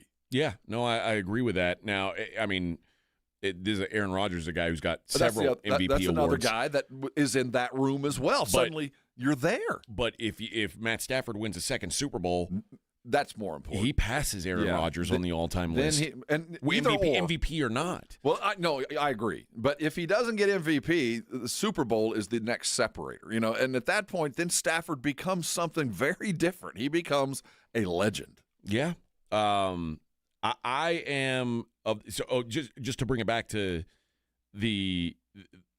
what the Rams are really fighting for. Like I said, now Matt Stafford is an underdog to win. I mean, Drake May minus 400. That's a big number. The Rams, though, are still plus 550 to win the Super Bowl. That is the second favorite to win the Super Bowl. That's got to be their priority. It has to be. It has to be. And that's knowing that the Rams aren't going to get a home game. The Rams are going to start on the road no matter what. They're still plus 550. You're McVay, and you see it. Stafford sees it. They have the same conversation. Stafford says, "I want to play." Then you let him play. Yeah, you let him play. But I mean, the Chargers have already come out and said Justin Herbert's not playing this week. They're playing the Broncos. Could they? I mean, they could maybe bounce around in the seeding some. I think the best the Chargers could do is the 5 seed. If the Texans lose to the Colts, which is unlikely, and the Bills lose to the Jets, also unlikely. They've said Justin Herbert's not playing. We're gonna sit him. We're gonna get his body healthy and get him ready to go on the road and play games. He's playing with one hand, so I get it. And he's not fighting for anything. But it'd be hard for me to tell Stafford, "Now don't play." I don't think the Bills should play Josh Allen this week, especially after the news of the foot. Yeah. He said he was fine, and then he walked into the X-ray room. The results came back negative. Apparently his foot's okay, but give the dude a break. He's not going to win the MVP. There's no chance of that. It was clear on Sunday that he's not 100%. Get him right. That's got to be your priority. I think the Rams have to look at it the same way. The priority has to be winning the Super Bowl and not getting – unfortunately, I still – again, if I had a vote today, it would still be for Matt Stafford to get the MVP. Be for me. And I don't want to have to try to justify it. If I was to vote for it, now I feel like I got to justify it. And if he'd just won the game, and sat down next week, then maybe – or he didn't even have to win. How many – did he 2 interceptions? 3. 3? See, that's the killer. And one of them went to the house. Yikes. But he's thrown 12 more touchdowns than Drake May. And he plays in the toughest division in football. I have to give that'd be him in my press kit. I have to give props for that. Like he's playing in a division that's going to have 3 playoff teams, and the one seed in the NFC is coming from that division. Like it is by far the best division in football. Whereas Drake May played against the worst schedule in the league this year. I think that should count for something. Now then, there's the counterpoint is Matt Stafford has. Puka Nacua and Devontae Adams, and Drake May has homeless people playing receiver for him. I get that. I see both sides of that argument. I would vote for Matt Stafford. I don't know where people are going to go, though. My justification would be if you were drafting for just the player, the guy that you want to have. There's no question. Yeah. And I'm impressed by Drake May. Drake May was my favorite quarterback in that class. I'm glad that he's having the success he's having. I hate the Patriots, but I like Drake May. He's a good player. He's probably better. He is better than I thought he would be. But I did think he was going to be the best player in that class. So I'm not mad at Drake May's success. I just think that to let that overshadow what Matt Stafford's done this season is wild. Because remember at the beginning of the year, we didn't know if Matt Stafford was even going to play football this year. They were given, he was getting shots in the back. They were like, he might have to retire he had early. A spinal. Yeah, we felt like McVay was being coy with him, and I think he was. I think that's another reason why this could be the last run. He could barely start this season, so it ain't gonna get easier next August. Yeah, I just feel like I'm not gonna let the idea that the odds shifted so far on one game is wild to me. It is, but that's the world we live in. We see it's what have you done for me lately? What's the last thing you saw? Last thing we saw was Drake May had a phenomenal game against the Jets. And Matt Stafford had a terrible game against the Falcons on Monday Night Football where everybody saw it. And that's twice he's had a bad game on a national televised, where one that it shouldn't have been as bad as it was. It felt like, what happened to you guys last night? Yeah. It's a weird thing, but it happens. I'm not going to let I'm not going to let Week 17 decide what this season has been. It doesn't make sense to do that in my mind. If I'm McVay, that's what I'm telling my team. But also, the Rams got to get together. They've not been very good away from home this year. That's a problem because you're going to be away from home in the playoffs. I've been saying all year long, I think the Rams are the best team. Chunk plays kill them, man. I mean, last night it was turnovers killed them. If it weren't for the Rams were the much better team if you take away turnovers. The problem is turnovers are part of the game. And but that's an indictment. You're supposed to be way better than the Falcons. You've got the presumed MVP playing for you. They've got Kirk Cousins. Which is another indictment. Like, dude, you're the reason. The turnovers is your 3 INTs. The failed fourth and whatever. It was it fell on your shoulders, and he just didn't live up to it. Yep, has to. All right, let's take a break. We'll keep talking football on the other side. It's the Morning Huddle 94.1.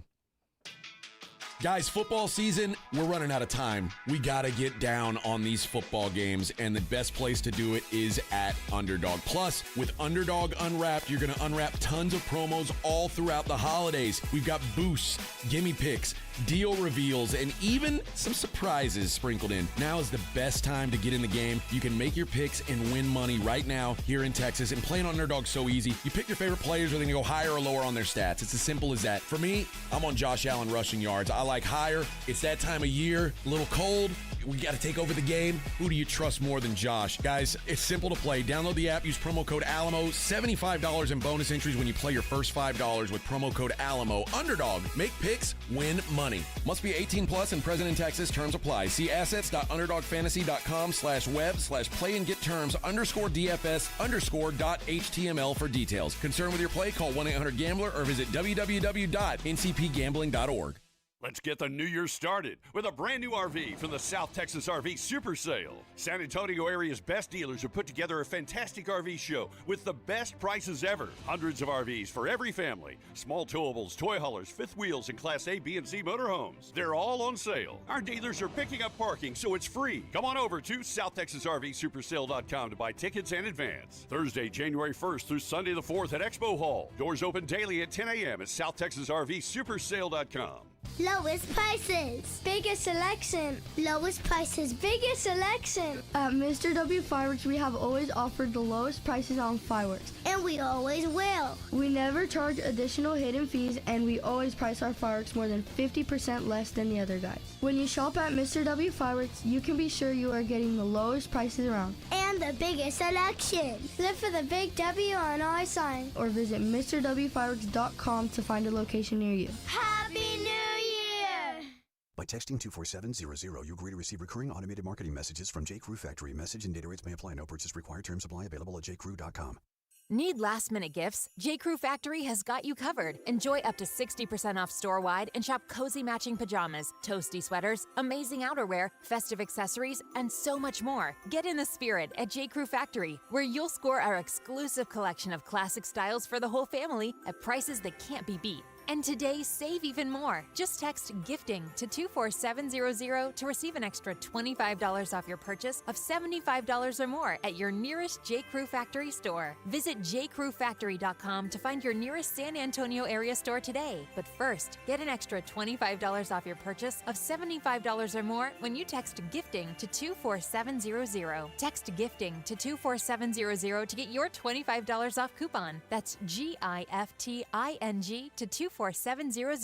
See a store associate for details. Wesley Financial Group is not a law firm. Ask yourself this question. Is it really worth holding on to that timeshare that you know you need to get rid of? Here's the truth. The average maintenance fee just went up over 17%. That could have been 117%, and there's nothing you can do about it. When you buy a timeshare, you give them a blank check for annual maintenance and assessment fees. I'm Chuck McDowell, founder of Wesley Financial Group. For 15 years, I've helped over 50,000 families cancel their timeshare. Not sell it, not transfer it, cancel it. Did you buy a timeshare because they told you it was a great investment and your maintenance fees would never go up? That's a lie. Are you ready to get rid of your timeshare once and for all? Simply call us and I'll send you our timeshare exit kit that explains all your options for cancellation. Call Wesley now for your timeshare exit kit. 800-948-7878. That's 800-948-7878. 800-948-7878. Texting enrolls you in recurring automated marketing text messages. Consent not required to purchase. Message and data rates may apply. The team's looking good this season. I think so. Man, I miss playing football. Ever since I turned 40, I just can't find that fire I used to have. Think it could be lower testosterone? What do you mean? I was feeling the same way. After 40, the body has less testosterone, and men lose their edge. That's why I take Nugenix Total T2. That's the testosterone booster, right? Yes, but Total T2 is their brand new formula that skyrockets nitric oxide levels in as little as 3 hours. Since I started taking it, I've been lifting like when we played for Coach Carter. My energy is way up, and it even spiced up things between me and the missus. Are they still giving out complimentary bottles? Yep, just send a text. Text METER to 321-321 for your complimentary bottle of Nugenix Total T2, the next generation testosterone booster. Text now and we'll include a bottle of Nugenix Thermo X, our newest, most powerful fat burner ever, absolutely free. Text METER to 321-321.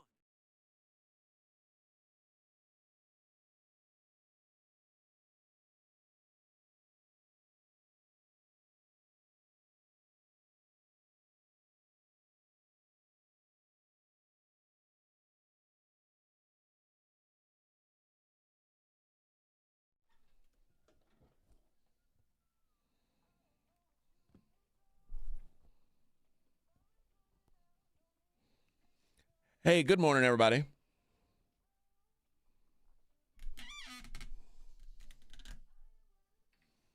Rob and AJ getting you through on a small hump day. Oh, some it's kind of a, I guess small hump day. You get some Thursday off. Some people don't work tomorrow. There's a lot of people not working at all this week. Yeah. Well, we're here for you. We're grinders, man. Rob and I, we were like, they said, hey, you guys, why don't you take the day off? We said, hell no. No, there's too much going on. Work. Week 18 is suddenly. We got 3 games that matter. That's enough. We do. But they're not all, and they're even spread out. I don't have to switch at 3:00 to which one do I care about. We start Thursday, and I mean we start Saturday. There's only Saturday and Sunday games. The first good game's Saturday night, right? And is that both games on Saturday count. The Panthers-Bucks game. Yeah, that's the one. Is Saturday the early game? I can't say I'm looking forward to that game. No, but it matters. So it does matter. Worthy. And they were smart to put that game on Saturday because again, if the Falcons win. It doesn't matter who wins that game. The Panthers would be going to the playoffs anyway. So if the Falcons game was first, there would be no drama with the Panthers-Bucks. So they're smart to do that. The Seahawks-49ers is the best game of the week by far, and that is the 7:00 kick on Saturday night. So that is must-see TV in my mind. The Sunday games, I don't know. I think the only one that matters at all is the Sunday night game, the Ravens-Steelers. That's the 3. Pretty much almost all of the playoff teams are decided. Almost all of the seeding is decided. There's just a couple teams left to slot in, and that's for me. They got 3 that matter, and they're in different time slots. So it could be, it's a perfect way to view this thing. I'm not going to miss anything. And the games that don't matter at noon, so I can leisurely get my stuff going. But you can leisurely watch the Cowboys and the Giants at noon, and try to figure out how long they're going to keep Dak in. Yeah, but the fact is, for a Week 18 to have 3 games that matter, that's probably about par for the course. You think so? Yeah, maybe there's a little bit shorter than normal, but one part of this is there's nobody I trust. There's nobody I truly believe in. So because there's no Death Star, my problem is the 3 games that matter. 2 of them are to decide the crummy divisions that whoever wins has no chance of doing anything. But sometimes those are the most fun because I have no idea what's going to happen. And it'll probably hinge on a mistake. It matters a lot to them. Yeah, and it'll hinge on a mistake, and it could be an upset. It will be one of those that whoever wins, you go, hey, I'm happy for them because they don't deserve this. Whoever's getting to go. So at least there's something that matters. And with teams that, for the most part, understand what it takes. We got the black and blue thing going on Sunday night, the blood and guts Pittsburgh-Baltimore game, which was going to be good anyway, but now it really matters. And that 49er-Seahawks game feels like an NFC championship precursor. It just feels like we're not going to see everything that both teams have, but we'll see enough to really – because both of them want to piss in the corner and say we're the big dog on the block. Well, both of them want a bye week, and they want every home game for sure. That's a huge – like, if the 49ers win on Saturday, they are done going on the road. Like, they will not play – in fact, they play on Saturday at home. They might not have to play another road game this season because the Super Bowl is in their building. Like, they could play every game at home. I give everything I got on Saturday. But also, if you're the Seahawks, you give everything you got to make sure that doesn't happen. Right. And as much as I can play at home on my fast track in that dome and not worry about any bad weather, I need it too. And I also need it to prove to me that Sam Darnold can win a big one. Yeah. I was talking – my brother-in-law is a Seahawks fan, and we were talking yesterday about those NFC West teams. And it's so funny because when we were talking, it was like, I don't know, 4 o'clock yesterday afternoon. We were sitting at Yard House in the River Center, and I said, "Well, for me, when he was like, well, who of those 3 teams do you think is the best?" And I said, for me, when I think about the playoffs happening, it's real easy in my mind to picture Sam Darnold or Brock Purdy having a pumpkin game, and just blowing it, and not Stafford. And it's hard for me to picture Stafford doing that, and then of course last night. He does just that. But even with that, I still believe and everybody in the world but maybe Sam's mom and his coach are going to go with Stafford until Darnold can prove to me that the pressure isn't too much, that you can deliver as expected and do what it is that you do against bad teams that got you here. You got to do it finally. And you've made every step to get here. Congratulations. But to truly be accepted and to truly become one of those, you got to do it. Yeah. But this is a huge game on Saturday. Like I said, the game of the week by far. And it's, 2 of the best offensive weapons, McCaffrey against Jackson Smith and Jigba.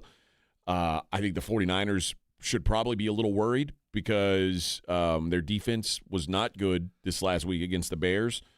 The Seahawks should be worried because, quite frankly, they were playing against the Panthers, and it took them a while to get going. Mm-hmm. And even when they got going, it wasn't like they didn't look like the best team in the NFC Seahawks. So it's huge implactions, and I'm glad the NFL put this thing standalone Saturday night. It worked well. The schedulers, they got the benefit.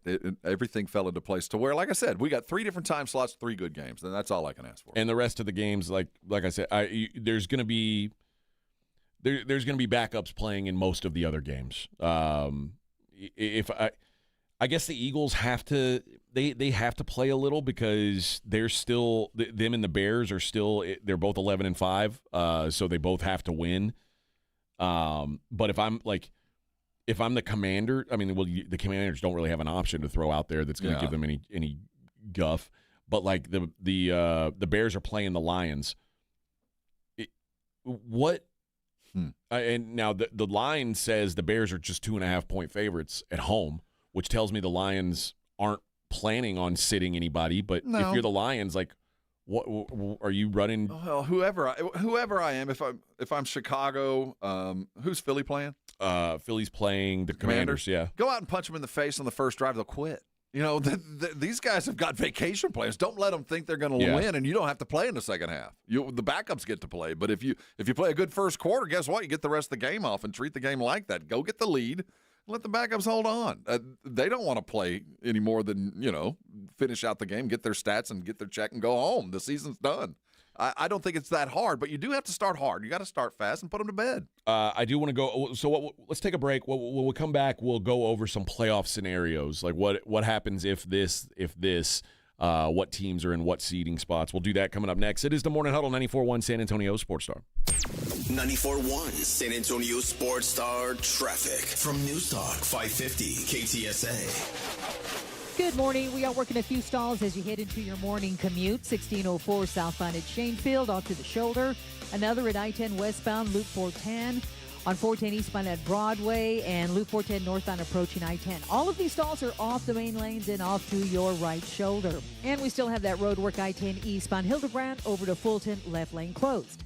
I'm Debbie Alcacer, KTSA, Time Saver Traffic. The Gomez Law Firm is the firm that San Antonio turns to for personal injury law. We have Jose from the Gomez Law Firm here with us. With over 1,200 five-star Google reviews, the Gomez Law Firm is proud of the winning record and results that are attached to these reviews. We encourage people to go online and look at our review because we want to make sure that you feel comfortable choosing the right attorney. And we assure you, you go to Google and look up our reviews, you're going to be satisfied. It's important to hire an attorney you can trust, and the reviews speak for themselves. The Gomez Law Firm has been San Antonio's trusted provider of personal injury law since 1973. There are not a lot of businesses that stick around for even 50 years, let alone personal injury law firms. The Gomez Law Firm continues to fight for our San Antonio community, and the results matter. If you've been injured in an accident or hit by a company vehicle, then contact them today at joegomezlaw.com. That's joegomezlaw.com. And remember, Gomez Law fights. This report is sponsored by Mattress Firm. The once-a-year sale and clearance is here. Upgrade today with Mattress Firm's quality selection of top brands. Let their sleep experts find the perfect bed to help transform your nights. They make sleep easy. Joe, I've invented the perfect exercise machine. It's practical, efficient, and fits in any home. I give you the Row and Go. Ta-da! It's a rowing machine that connects to your toilet, so you can row and... Stop! Folks at Quarter Moon Plumbing, Heat, and AC will help homes stay in tip-top shape. Call Quarter Moon 651-5899. Quarter Moon Plumbing, Heat, and AC, 210-651-5899. License number M16004, TACLA 141074E. America's best high school football players are coming to San Antonio. It's the Navy All-American Bowl at the Alamo Dome on Saturday, January 11th. Trevor Lawrence, C.J. Stroud, and Jeremiah Smith played here. Join us for a day of exciting football to see the stars of tomorrow at the Navy All-American Bowl, followed by the San Antonio Sports All-Star Football Game, presented by Valero. Fan Zone opens at 9:30 a.m. Tickets on sale at the Dome box office and Ticketmaster. Kohl's new clearance markdowns are intense. Up to 70% off is the kind of deal that'll leave you feeling stunned and make you whisper things like, "Where have you been my whole life?" to a cardigan. Just take a deep breath, steady your cart, and try to act normal. But it's not possible. The savings are just too good. Shop new clearance markdowns now in-store and online at Kohl's. Select styles, some exclusions apply. See store or kohls.com for details. A new exclusive offer with an eligible Bank of America Visa credit card is your opportunity to go from cardholder to ticket holder for the FIFA World Cup 2026. For a limited time, when you're approved for a new customized cash rewards or unlimited cash rewards Visa credit card, you're eligible for a chance to purchase FIFA World Cup 2026 tickets. Learn more today at bfa.com/cardfwc26. What would you like the power to do?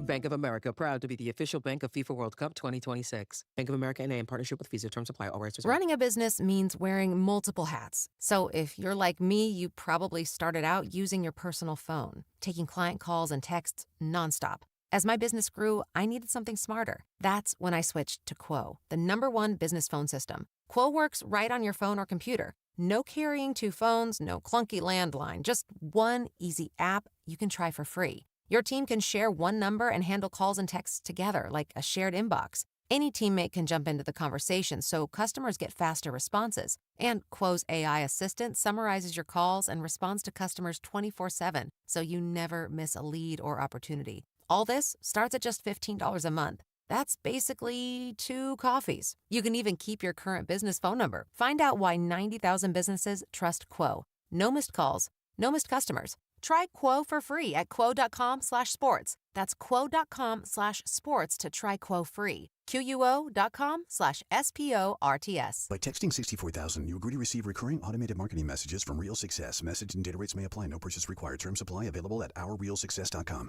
Do you want to learn how to make money flipping houses and acquiring rental properties right here in San Antonio without using your own money? You'll learn to flip houses and secure rental properties in your spare time to get on track towards real wealth building. We're offering a handful of motivated individuals the opportunity to attend our workshop right here in San Antonio for free. That's right, we'll give you 2 free tickets when you text INVEST to 64,000. San Antonio is the perfect market to flip houses and build rental income. Don't miss this opportunity. Come to a complimentary live 2-hour workshop next week right here in San Antonio and learn how to start making money flipping homes and building long-term wealth with rental properties. To get 2 free tickets, text INVEST to 64,000. Text in the next 10 minutes and registrants will also receive a free copy of our Funding for Deals guide. Text INVEST to 64,000 for 2 complimentary tickets. Text INVEST to 64,000. Hi.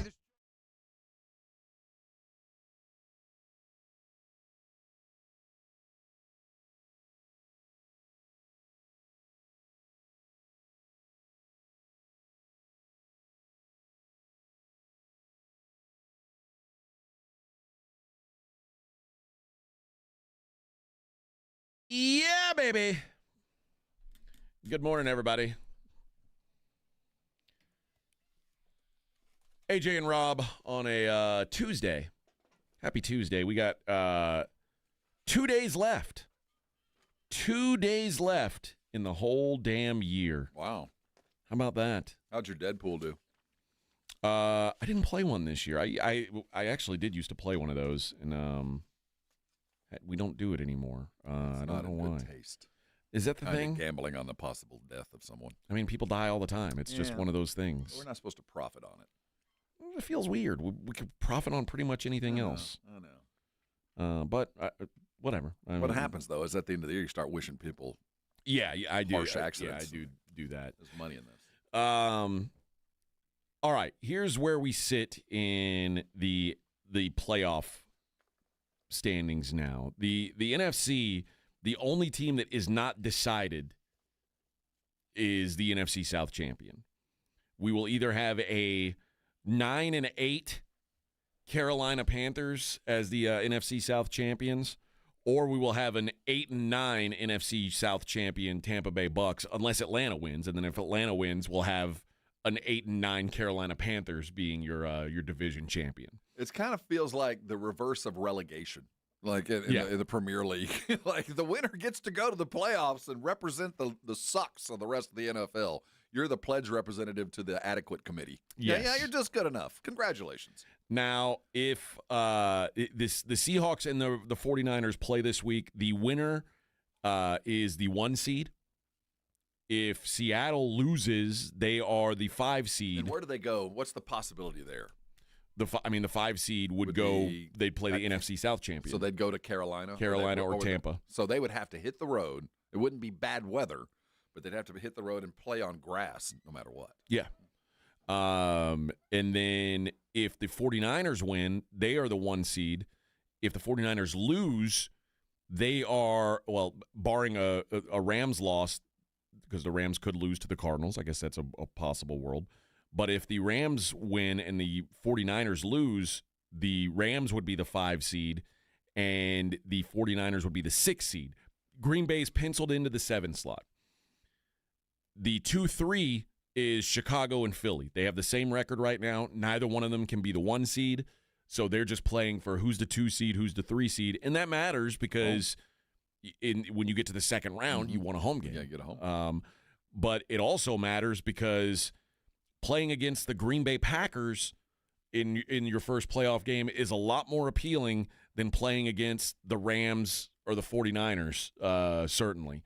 So I think the 2 seed matters a lot to these teams. The Bears have the tiebreaker over Philly because they beat them head-to-head. So the Bears, again, 2.5-point favorites this week against the Lions at home. Oh, boy, you better put them to sleep. You Dan better. Campbell's fighting for, that's the kind of game you do not want to play a Dan Campbell team in the fourth quarter. No, because he where I've been saying it would make sense for the Lions to lay down. I don't think Dan Campbell thinks that way. If they're in it to win it in the fourth, look out. Yeah, they've still got a chance to win 9 games, make it a winning season. It's a disappointing season for the Lions, no matter what. But to be below 500 would be like, whoa. And to go out and beat the Bears. Yeah, it's a rivalry game, certainly. On the other side, in the AFC, the Broncos and the Patriots, one of those 2 teams is going to be the 1 seed. Denver right now would win the tiebreaker over New England on common opponents. The Broncos 6-0, the Patriots are 5-1 in the games that they've played common opponents in. The Jags are 12-4, and again, I don't want to say penciled. They're playing the Titans. They're going to win that. It is going to be very difficult. It's going to be difficult for any of those teams to lose. The Broncos are playing the Chargers at home without Justin Herbert. The Broncos are 12.5-point favorites. The Patriots are playing the Dolphins at home. That's impossible. That's one of those. Miami's been winning games for no reason for a month. You're right. Miami's tough, but they're 11.5-point favorites. They should win that game. Yes, they should. And Jacksonville, 12.5-point favorites at home against the Tennessee Titans. If any of those teams lose, they deserve what they get. But Jacksonville, if everything holds serve, they'll be the 3 seed. And then the AFC North winner, either Pittsburgh or Baltimore, will be the 4 seed, whoever wins that game on Sunday night. As it stands now, there's a 3-way tie. Houston, L.A., Chargers, and the Bills, all sitting at 11-5.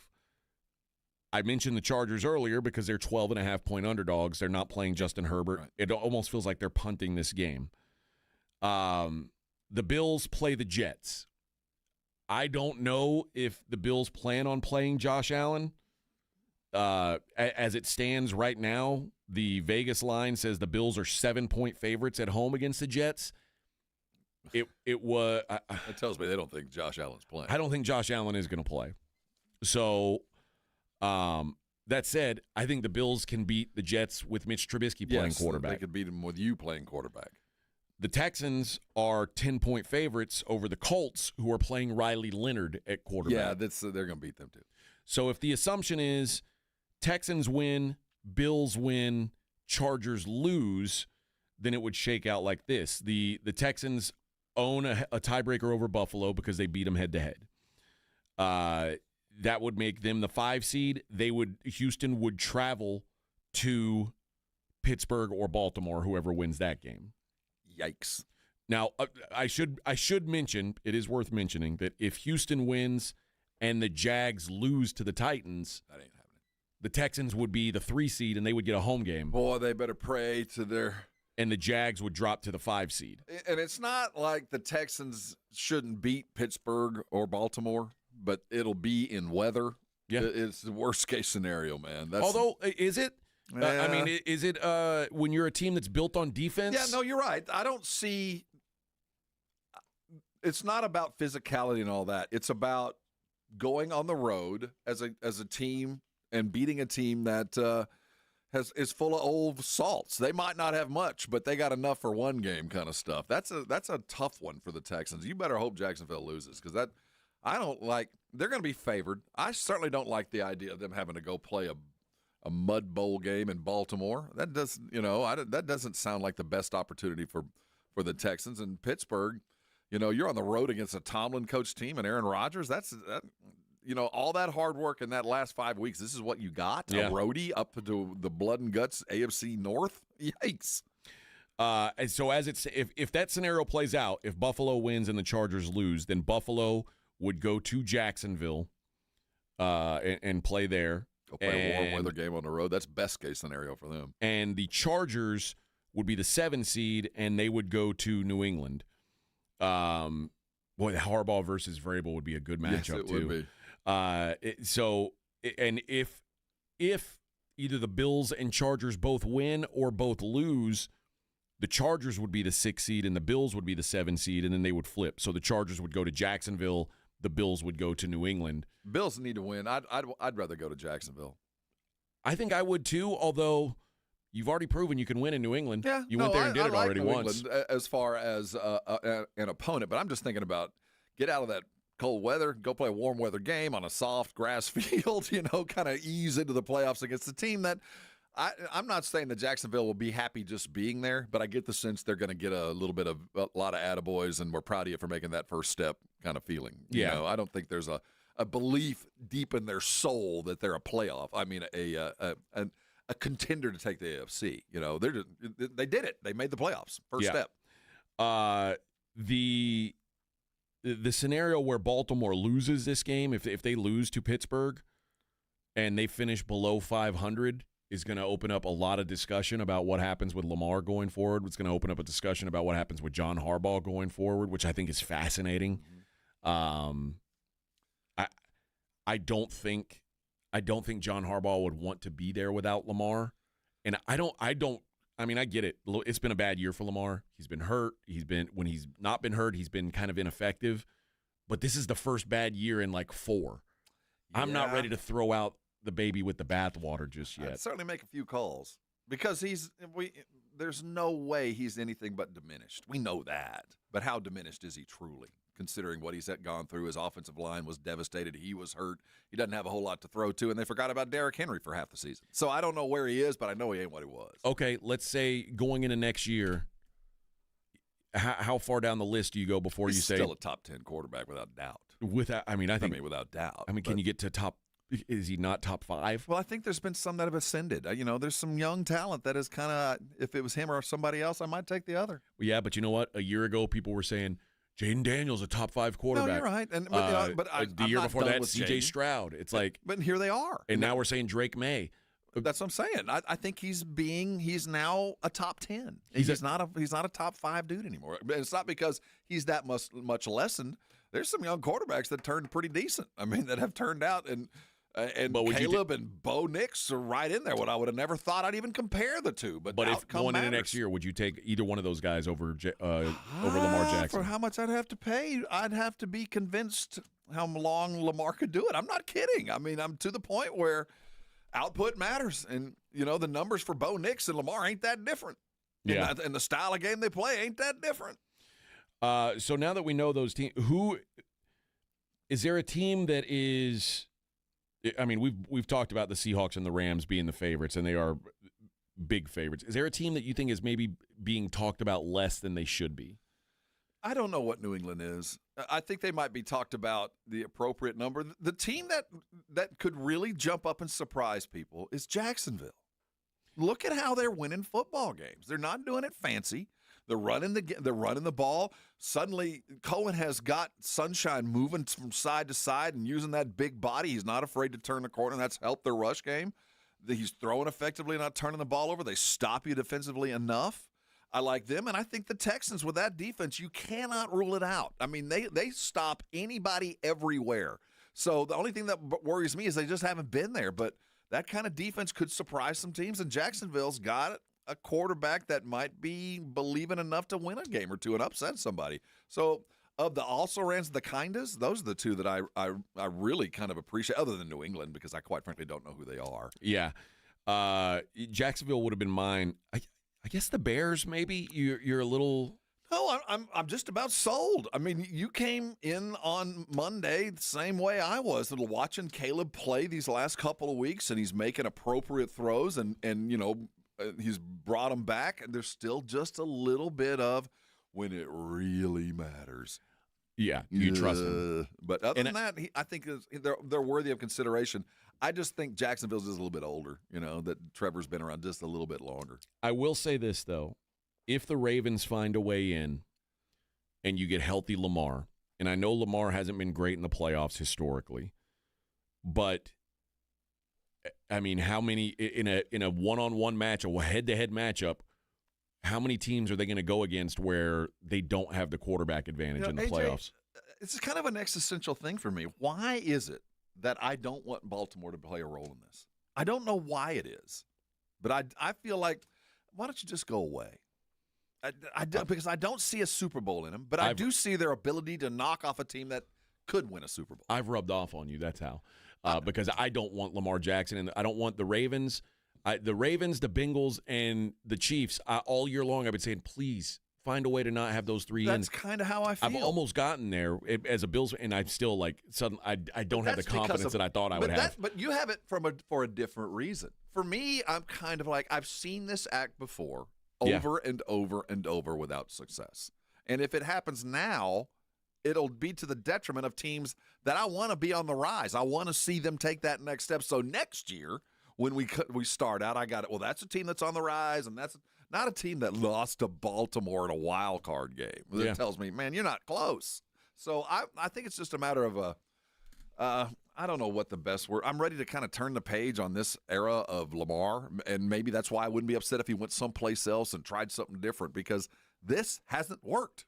I mean, it's worked enough for me to see it 5 years in a row, but has it really worked? So for me, if I were to take my my fan hat off of another AFC team, as just a football watcher, I'm much more interested if the Ravens get in than the Steelers, because Houston going to play Lamar Jackson in Baltimore, that interests me. It does. It would be a turning point for either. Houston going to play Aaron Rodgers does nothing for me. Well, like, I don't care about that. Okay, like I know this. That Houston defense could destroy. That's exactly. So I'm not interested. Like, as a regular, just as a plain old no rooting interest football watcher, the idea of a healthy Lamar, it creates a team that, if they find it, they at their best they could be good enough to make some noise. And I'll tell you what, there would be a kind of a poetry to a changing of the guard, to C.J. Stroud going up into Baltimore and kind of taking that spot that Lamar kind of held as the preeminent kind of all-around quarterback with a team that plays great defense and does just enough to win football games offensively.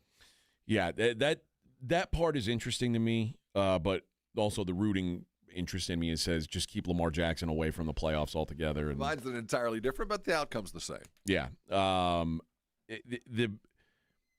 The teams that I have said all year long I think are overrated, namely the Denver Broncos and the New England Patriots, and you know what, the Eagles too. All three of those teams, you're going to find me rooting against them because I like to be right, and I like to say, like, okay, these teams are phonies. I think Denver's going to make you mad. I think Denver's going to surprise you and be better than you think. And I think Philadelphia is going to make you not mad because they didn't get credit for they're a good football team in that I don't know how to game plan for them. They're a tough out. They're not anything other than that. I mean, they might beat you 7-6, but they'll still beat you.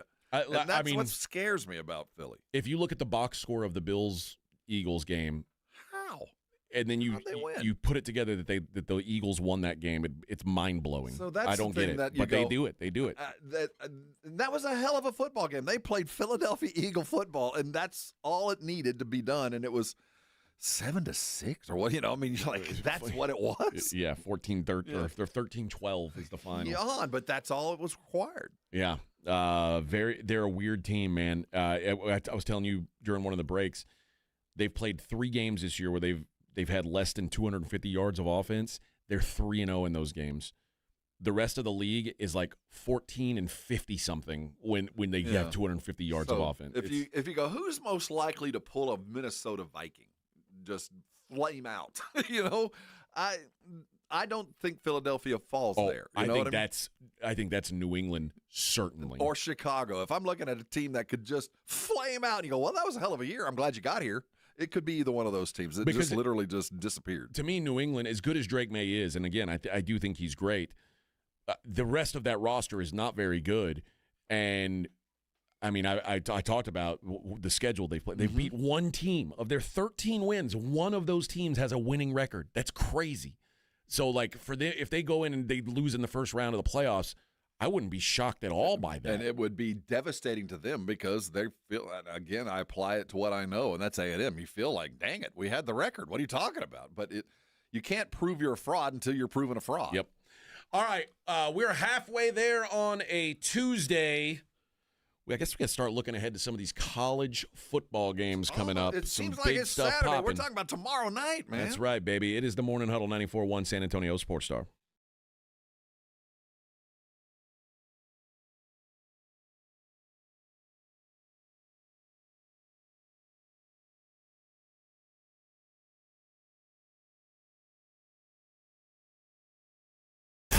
KTFM Floresville. Light up your outdoor party with Mr. W Fireworks. We always have the lowest prices around. That's right. Our prices are always more than 50% lower than the other guys. And we never charge any hidden fees. Look for the big W on our sign and find us online at MrWFireworks.com. When you shop at Mr. W, you can be sure you are getting the lowest prices on fireworks around. And the biggest selection. Don't overpay for your fireworks ever again. From our family to yours. Happy New Year!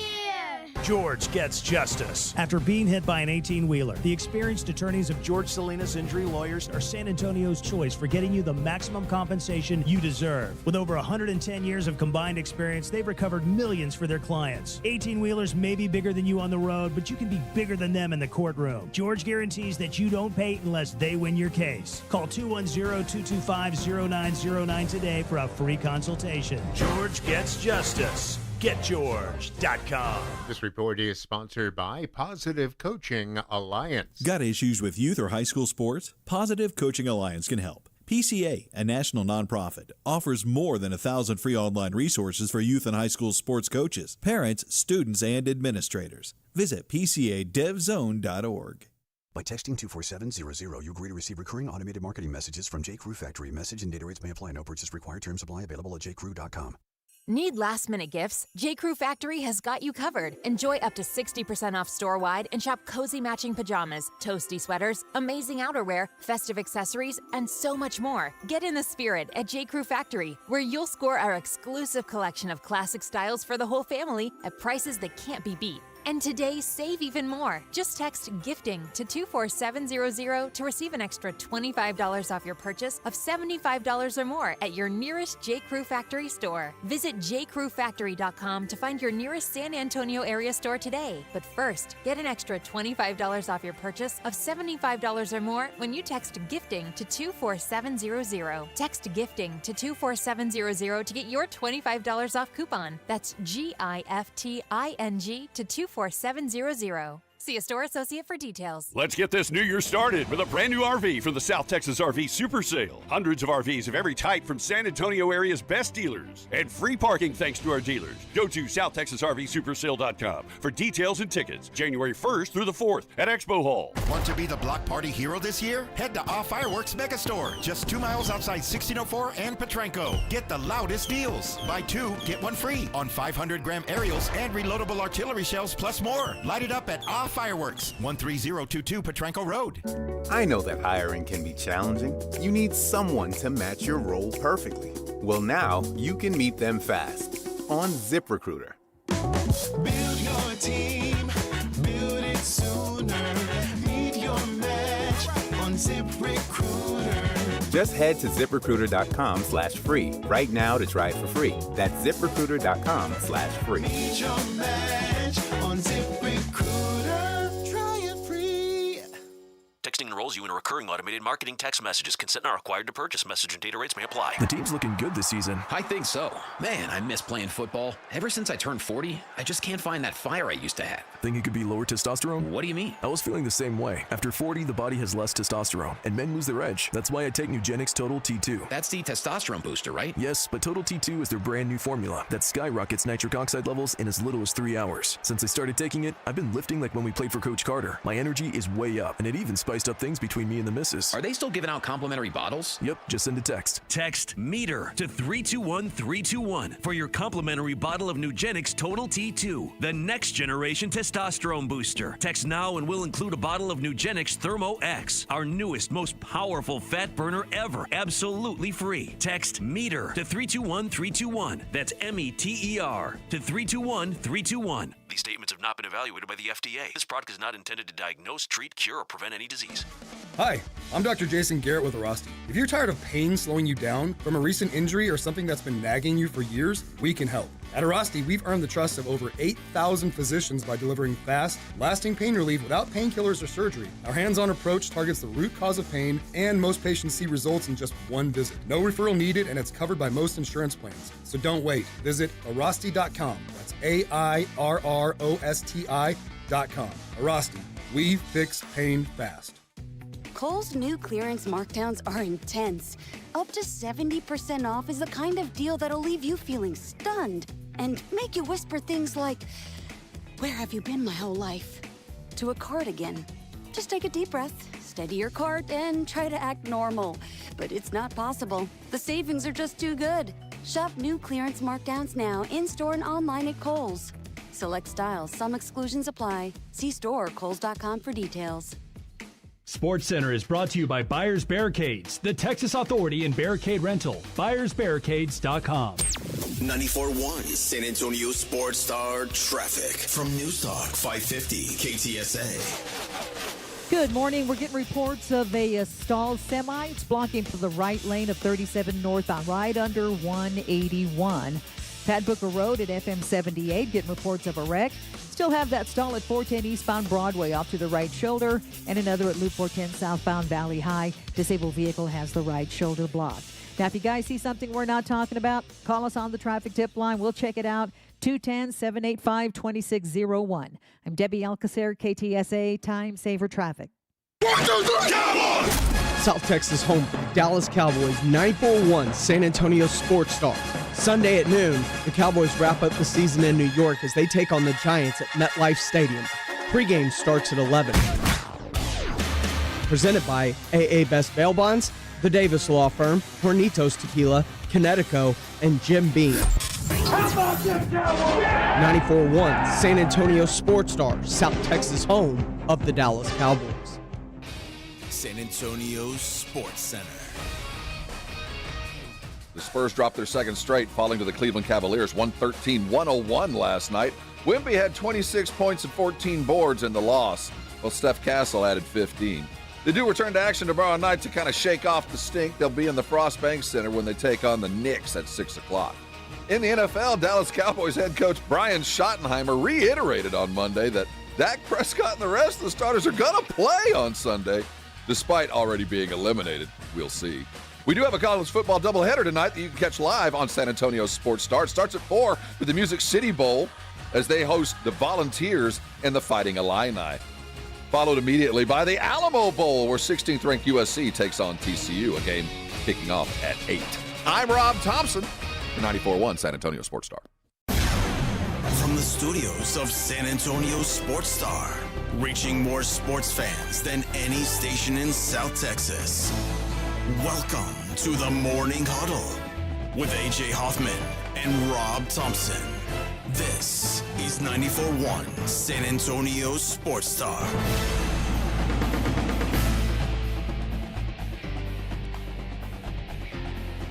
On the Morning Huddle, 94.1 San Antonio Sports Star. Welcome in, everybody. Welcome in.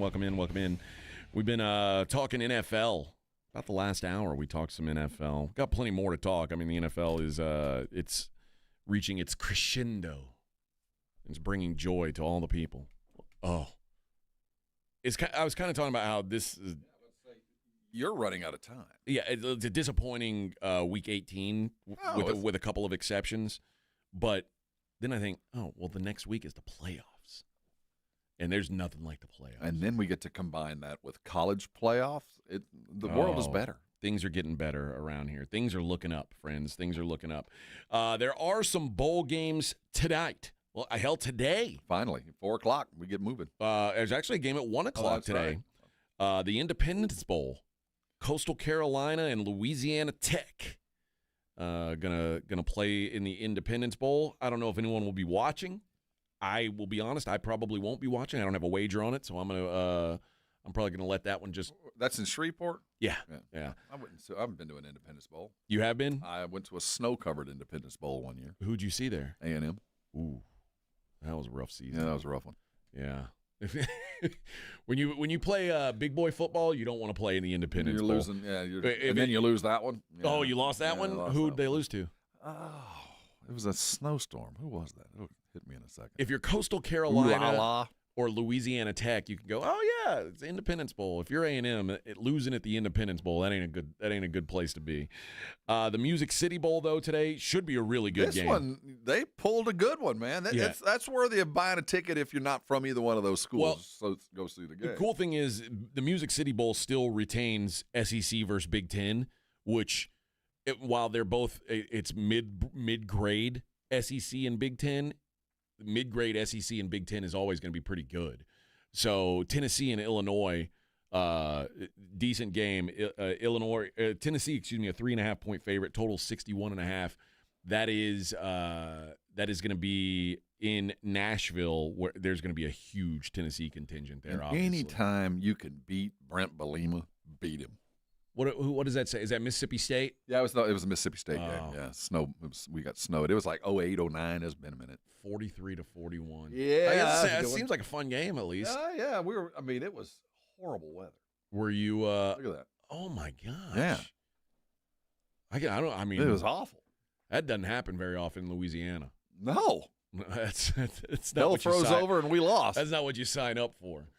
Do you know if wasn't there like what is? Yeah, I was about to say, didn't we lose it on a block kick? Yeah. Oh no! I don't think I was there overtime for the loss. end. Yeah, I don't think I was there for the end. Quite honestly. Really? That's why you lost. I was in a bar by then.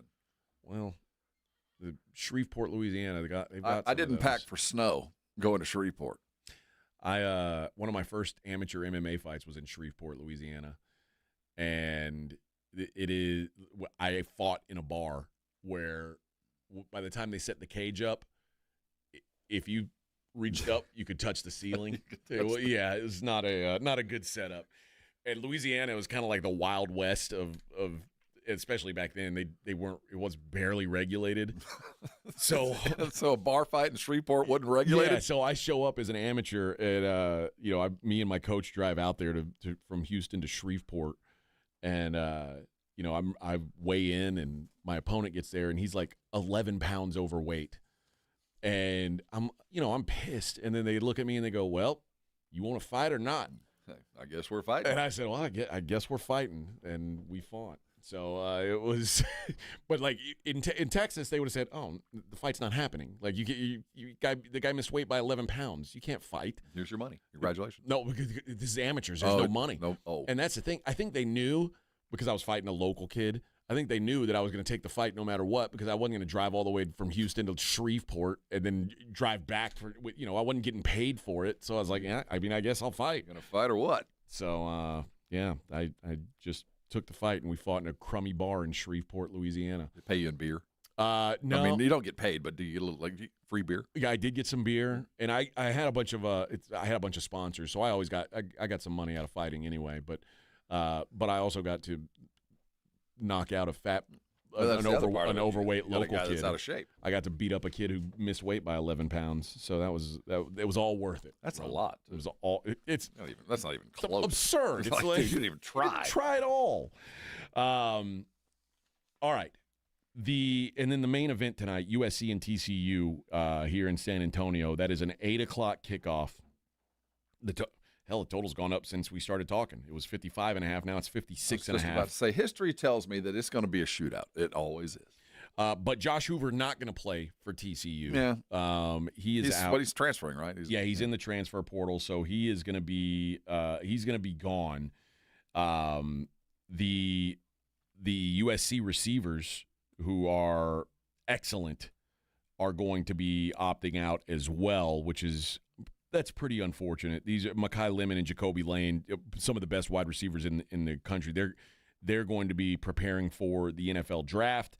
The only opt-outs, though, for TCU are Josh Hoover and Nate Palmer, their running back. Everybody else apparently Palmer's going to play. Pro? Yeah. But for USC, it's Mekhi Lemon, Jacoby Lane. They're two wide receivers. Tight end Lake McCree, two offensive linemen, a defensive lineman, a safety, and a linebacker are opting out for USC. I can say this. For either team, I'd tell the punter, don't even suit up. Yeah, we're not going to punt tonight. Yeah. Man, this ain't about anything other than scoring as many points as possible. Let's have some fun tonight. Yeah. I mean, I'm all for that, certainly. FIU did it with UTSA. We ain't punting. I mean, what are we here for? They lost. They got hammered 57 points worth, but they were in it to try. Who cares? Mekhi Lemon is a first-round draft pick. He's not going to be playing. Jacoby Lane is probably a second-round draft pick who's not playing. But and the top tight ends aren't playing either. But there are some players that we're going to be able to see that are probably guys that you want to watch. I mentioned Jaden Maiava, who is probably going to be, I think, next year is going to be in the discussion for the top pick in the draft. So I think he's worth watching. There is the only guy who's an NFL prospect for USC this year that didn't opt out is Anthony Lucas, who's their edge rusher, and he's playing in the Shrine Bowl game. He's probably a third-round pick. Very good player. And then for TCU, Jamel Johnson, who's going to play in the NFL next year, their safety, you're going to be able to see him. And Eric McAllister, who is their best wide receiver. He's smallish, so maybe limited on NFL upside, but he's gonna be in the league. Mm-hmm. So if you're looking to go see the future, I think it's probably if you're on the fence about going to the game or not, I think going to see Maiava is probably worth the price of admission. There's going to be 70 points scored, man. Just go have fun. And Sonny Dykes, you never know what he's going to do, especially given all the guys that are going to be sitting. So it's going to be an interesting game plan. What does the average in-house audience look like? I mean, is it? I mean, last year there was a lot of BYU, a lot of Colorado, but how many of those are made up of local people? You think half? You think so? Oh yeah. Okay. I mean, we've been doing this since '93. There's a tradition of people that every year we go into the Alamo Bowl. Doesn't matter who it is. So there'll be 50,000 there tonight. That's a good crowd. Yeah, it'll be fun. It's a good crowd. Yeah, because some of these bowls, you see them on TV, and you're like, why are they even playing this bowl game? You know, there is that sense. I say there'll be 50. There's just not going to be a lot of garnet and gold in the building, but there'll be more purple than that, and the other 20,000 just be locals down there for a good time. I mean, it's a party. I have seen on TV this year. I've seen some bowl games where they were like, "Oh yeah, don't show the stands, dude. You got to stop because you wonder like how is this a profitable thing for these people? I don't understand it. They showed that what is it?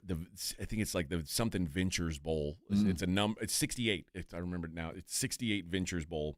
It was in Mobile, Alabama, and it was Delaware against Louisiana, and there was like 80 people there. Oh yeah, the only money made were the car dealer commercials at halftime. I was like, how is this a thing? How does this game get put on? Because it fills a TV void, man. It was on TV. That's enough to make it. Yeah, but that was on, like, there's some of these games that happen, like the games that happen a couple days before Christmas, where there's like 2 or 3 crappy games going on at once.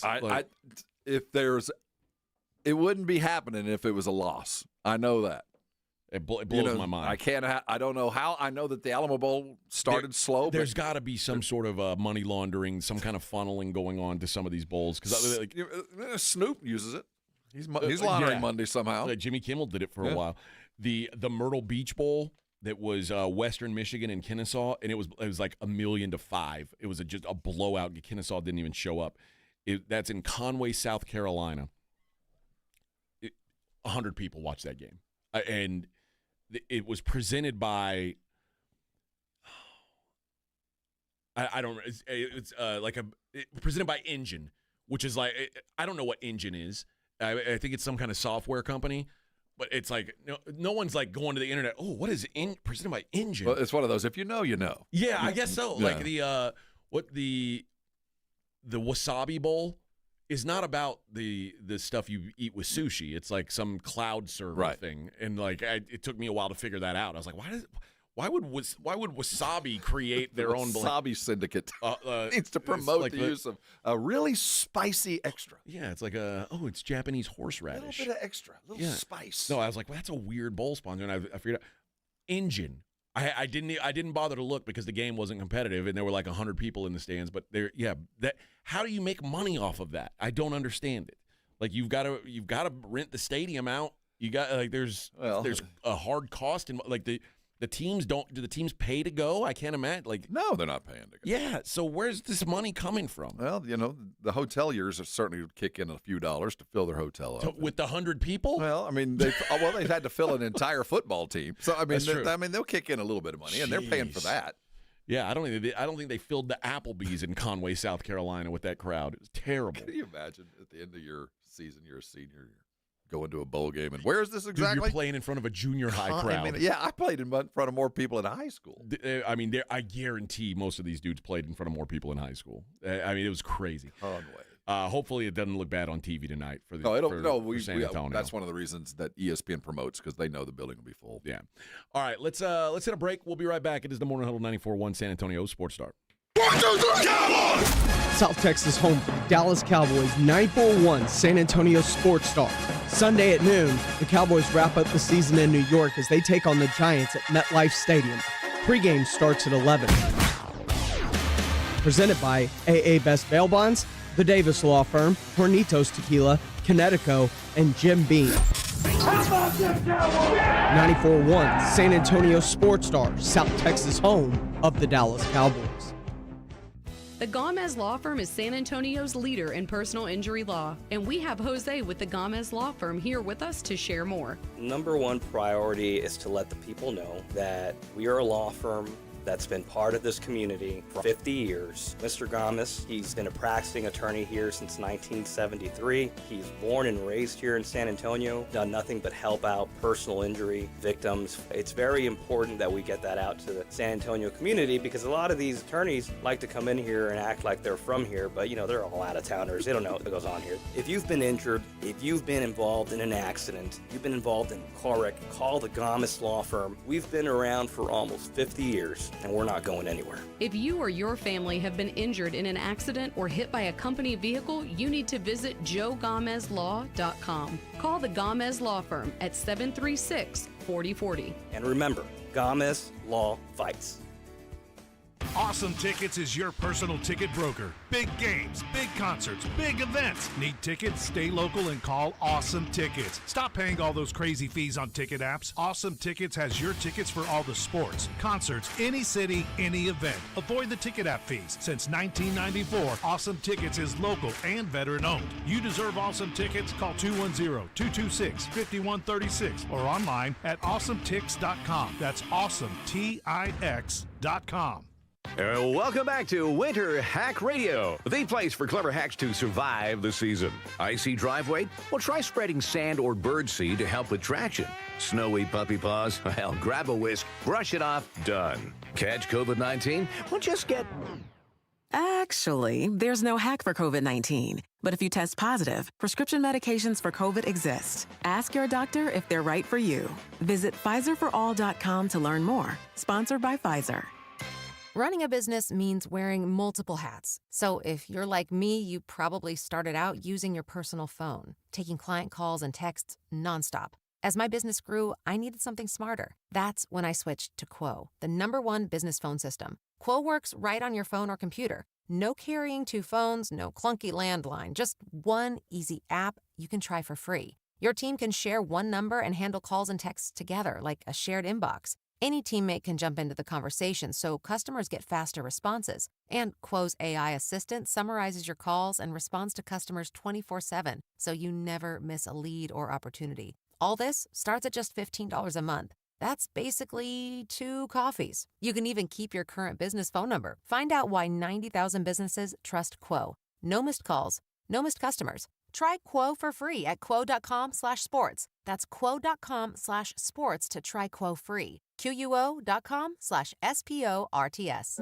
I know that hiring can be challenging. You need someone to match your role perfectly. Well, now you can meet them fast on ZipRecruiter. Build your team, build it sooner. Meet your match on ZipRecruiter. Just head to ZipRecruiter.com/free right now to try it for free. That's ZipRecruiter.com/free. Meet your match on ZipRecruiter. Kohl's new clearance markdowns are intense. Up to 70% off is the kind of deal that'll leave you feeling stunned and make you whisper things like, "Where have you been my whole life?" to a cardigan.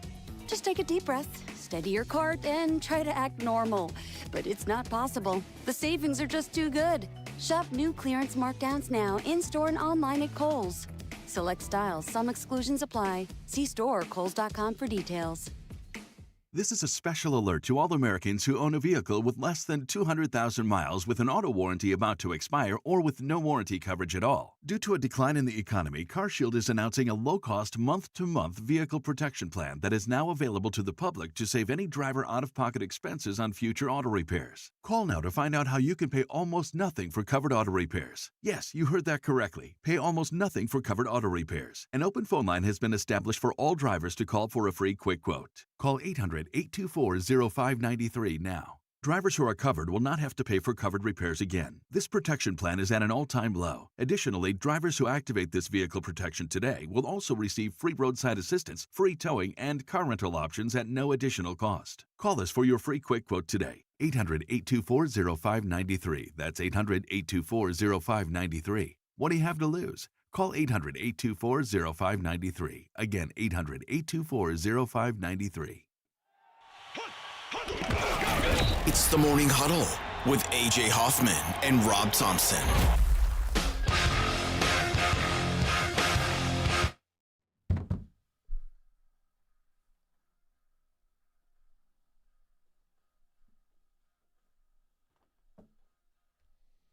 You have my board turned down?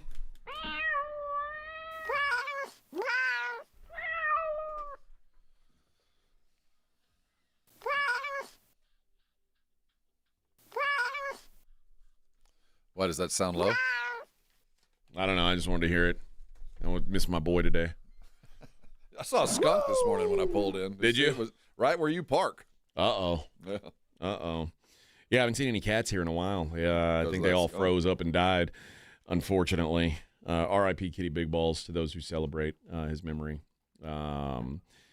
We've been talking Alamo Bowl. We were during the break. We were reminiscing on some of the Alamo Bowls of the past.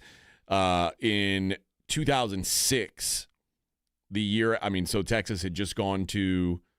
They beat Michigan in the Rose Bowl, then they beat USC for the national championship, and then the next year they got Iowa in the Alamo Bowl. And Texas fan, I was working in Austin at the time. Texas fan was pissed that they had the Alamo Bowl, and they came down and barely beat a crummy Iowa team that year. I remember that. Iowa was in the very first Alamo Bowl. Were they really? It was Iowa, I believe Cal Berkeley. Both of them were yellow and black. Okay. And we decided, the group that we were with, family and all, we drew names to see which team we were going to root for. Okay. And I was a Cal fan that one. How many did Cal win? I think they might have. So some fan you are. Yeah. How many times has Aggie played in this game? I remember 2. Okay. That doesn't mean that hadn't been more, because I remember a Penn State and I remember a Michigan. I think it was Michigan. Okay. We've got 4. Okay. We can't read that. No. All those. That's all A&M. More than that. Damn it. No. A&M is their old. No. old hat. No. That's It's not just all the A&M. history of it. Yeah, that's not all A&M. Oh, I was okay. like, my God, you keep scrolling. I remember the '99 Penn State game when LeVar Arrington tackled our entire backfield over and over and over. Remember that one quite well. Not as often as Texas and Baylor and TCU, I can tell you that. I'm showing 3 appearances 3. for A&M. Okay, so it was Michigan, Penn State. Yeah, okay. So the Penn State's rubbed together 3 times. A&M in 95 beat Michigan. Remember that one. And then got the 99 Penn State game was 24-0 Penn State. Destruction. And then a 24-17 Penn State win in 2007. Yeah. So, been a while, and unlikely to happen again now with probably not with ever again. I do get the sense that the way bowls are put together is going to have to fundamentally change. Well, remember this. I think this is the last year for the because remember that this is a legacy Pac-12 team playing, and that was still part of their deal. I don't know what the affiliation will be beyond this year. If I was, I think. ideally, you want some kind of affiliation because you can assure yourself of some sort of worthy team, like third place, a team that's good. But, being a free agent right now would be pretty nice. Being able to invite the two or three that are really available, and because the Alamo Dome has a good payout. I mean, it's a dome. It's a game you pick because you get a good check because of and it's a good place to come. And, not to be hamstrung. And I'm not upset with the TCU-USC matchup. It looks good on paper, but you'd like to have a little bit of flexibility. Yeah, so I don't know what happens. This is the last year of Pac-12 ties. I mean, the conference itself isn't worthy. So I wonder if it'll just be Big 12, whatever, fourth. Is that what it is? Fifth in the Big 12? Whatever the rank. I think so, yeah. Fifth, and then pick the best matchup. That's where I love bowl games, when you really get to shop the two teams and see who's going to, how it matches up offensively and defensively instead of just the fourth versus the third or whatever it might be. I think the best move for the Alamo Bowl would be to find a way to lock in an SEC team every year. Absolutely. Make Take it the sixth place SEC team, which is a worthy thing, and find the best opponent. Because, that way in a down year you get an A&M or an Oklahoma or a Texas if they're not, having a great season, and you still load up your building. There's a chance to have like an Arkansas who they would travel down here. You put a pin in San Antonio and draw a 500-mile circle, a 400-mile circle, and you always want to have one of those in that 400-mile circle. Make sure one of those teams is coming to the bowl. Although, the Pac-12 seems to have traveled pretty well historically. Like I know Oregon and Washington. I've been down here when those crowds were down here. USC, I will see. UCLA has not. They didn't show up at all. Oregon State, I know. And obviously they are. And it depends on your team. I would hope Oregon State's never back in the Alamo Bowl, given their conference affiliation. But Oregon State, I know historically traveled really well. Mm-hmm. There's diehard fans of those things. But I would try to lock up either a low or a mid-level SEC team or a mid-level Big Ten team, and just guarantee that you've got some, because those teams are always going to be interesting to the casual viewer too. And then you can bring in a local team with a flavor. Well, you've got the choice of Big everything 12, from Oklahoma State South. The Big 12, typically, you're going to have Oklahoma State or TCU or Baylor or one of those, and that's going to bring in a local. To drive in and fill this place for a week. Yeah, I like I said, they've been very lucky in when they've been forced, and they were very good when they had the choice over the years. We've always had really fun football games. Yeah. So and this is the other thing. They are working on obviously new conference partnerships. They are negotiating the broadcast partner. They are negotiating the sponsor, and the Alamo Bowl also trying to negotiate their way into being part of the college football playoff. I would like to see the bowl remain and a playoff game added. I think that's where San Antonio should be staying. I think that the bowl should always be the Alamo Bowl and continue to be there. And then you host. I don't think that'll happen. Under the no, you have to be, because like the Rose Bowl doesn't even get that. The Rose Bowl is now a playoff game, and it should. Well, and eventually they'll host a championship, a title game. They get to rotate. Yeah, they rotate through those. And once they start doing that, I'd like to see the Alamo Dome step into that next tier, and then eventually maybe they reach it. But we certainly, the impediment for us has always been we don't have enough hotel rooms, which is a crazy thought, to bring in the super big game. Yeah, and also, I think the Alamo Dome, the building would probably. No, it sits 60, and the TV angles are good. I just mean like the glow up that it would need to suites and things like that. Yeah, that's the other issue is we don't have that. But although that Project Marvel may be taking care of some of that. Well, certainly we've already added one, and we've got another hotel coming. So that's part of it. But the suites will always be an issue in the Alamo Dome. We'll never have enough suites. Yeah, it's just not. Unfortunately, that's just kind of the way it is. But you know what? Some of these, like for the longest time, the Citrus Bowl kept getting great football game, and the Citrus Bowl is like a dump. The building was a dump, and it kept getting these great games because of the city. Yeah, New Orleans has kind of fixed up the Superdome now, but the Superdome used to be just a dump, and it was New Orleans, so they got a big game. Orlando was the same way. That stadium was awful. What was that stadium called? It was the Gator Bowl, Jacksonville. It was It was the Gator Bowl. I thought the Orlando was the Citrus Bowl, which It is. No, they held okay, three that's games. the one I was talking about. Though. Orlando hosted 3, sometimes 4 bowl games over the bowl period. Orlando's stadium, I think it's the Citrus Bowl. It was just a giant concrete. Yeah, it looked like a low end high school stadium. It was only hosted for bowl games. There was no university that played there. San Diego the Holiday Bowl was like they always got a bowl game, and they don't even have a team. But they were always like the Alamo Bowl. They had their choice, and they could put together 2 good teams, and they always played a prime position. As the Alamo Dome is, I think, surpassed what they were. We've now become that game before New Year's Eve that everybody looks forward to. It's the kickoff of that, really the bowl season. Yeah, the big ones anyway. It's unfortunate that there's no reason. Unless you, this is never going to happen, but unless UTSA were to build like a real legitimate college football stadium, which I don't think they have any intention of doing.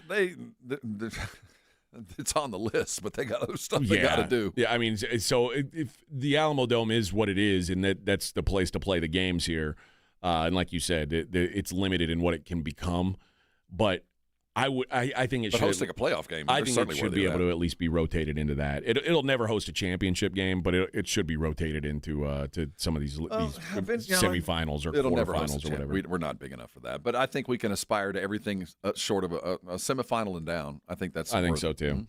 Mm-hmm. All right. The playoff games themselves, as we approach that part of the tomorrow. Cotton Bowl, baby. We got a playoff game tomorrow. That's right, baby. Not just the Cheez-It Citrus Bowl and the Tony the Tiger Bowl. There's actual playoff football tomorrow, and I'm intrigued by these games. Obviously, they're playoff games, so there's a bit of built-in intrigue anyway. But I'm intrigued by how some of these teams that have not been tested as much are going to look when they really step into the fire. And namely, I think Miami I'm talking about and Texas Tech I'm talking about. Miami, who plays tomorrow against Ohio State, this is a big step for Miami. But we talk about tested. They've been playing playoff games for a month. They might not have been against the best. I was going to say, teams, if your playoff games can be against Syracuse and Virginia Tech. Some of them are roadies. They were on the road. They had to go into A&M. I'm going to give them a little bit more credit than probably they even deserve. But they have been playing a playoff atmosphere. They've had to win everything and be not only winning, but impressive just to get where they are. So they're better than your average last team in, but they were still the last team in, and going against what most would say was the best team, if not the most successful in all of college football this year. Well, normally Miami is going to be tested because they're going to play Florida and Florida State every year, which they did again this year. It just happens that Florida and Florida State were not good. No. They did the A&M win helps, although I don't know that anybody walked away from that A&M game going, man, Miami's really good. No, but they did in a hostile environment. But I look back more on what it took to get there. Well, the Notre Dame win is what they are going to keep pointing at is, hey, we beat Notre Dame. Notre Dame, one of the best teams in the country. Notre Dame was certainly the best team that didn't get in the playoffs. I had Notre Dame power rated as the 4th best team in the country, so it's certainly their best win. But that was many moons ago. And yes, it's and how much of Miami is now, hey man, we did it.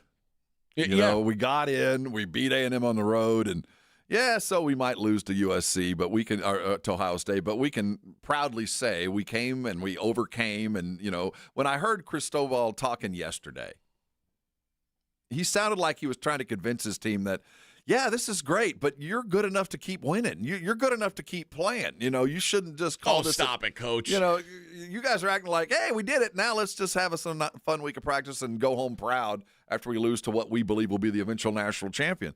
I think Cristobal's trying to talk his dudes into, hey, man, you're good enough. This is a team you should be thinking about winning and not just being happy you're playing. Yeah. I'm curious to see how Ohio State looks offensively without Hartline there. It's going to be different, but I don't know. My guess is you get more conservative when your head coach is making the play calls. Ohio State's been a pretty conservative team all year. So I don't know. what I've seen out of Ohio State is they are the masters of doing enough to win the game and getting out of there. They have not been a run it up on you type of team, which to me, like I before this year, I always thought of Ryan Day as kind of if he's got a chance to kick you in the ribs while you're down, he would do it. But they didn't really do that this year. I don't know if they do it here. I think some of it early on was because he had a freshman quarterback, but that kid's not a freshman anymore. He's a Heisman finalist. I think you can open up the offensive books a little bit more than you might have in the first month of the season. But no, they're not going to pile it on you. The thing is, you can't catch up. Their defense is so solid. If you're down by 10, it might as well be 25 because you're going to have to score to keep up, not only to catch up, but to keep up because they're going to keep scoring. Yeah, and we'll talk about that game more tomorrow. These other games, Oregon, Texas Tech, very intriguing, mostly for the same reasons. They should be feeling a little nervous after watching A&M because there's a real chance that your schedule catches up with you as soon as you get in there with the big boys. Alabama, Indiana is obviously intriguing for plenty of reasons. If there's still people out there who don't believe in Indiana, and obviously that curly A automatically grabs some attention for Alabama. And then, you talk about Miami and how, they might be feeling like they've already done enough.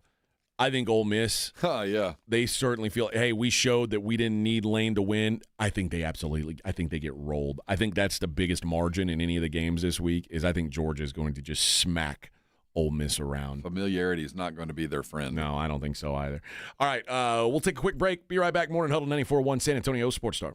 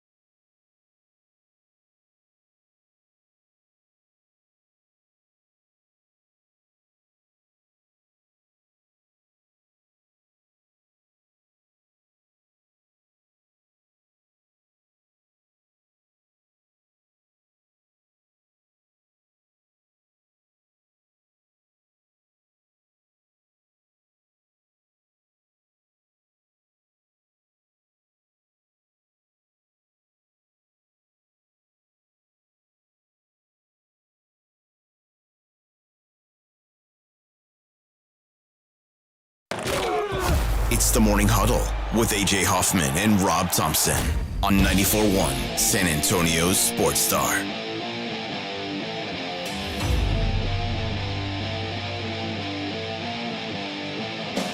Hey now, the finalists have been announced.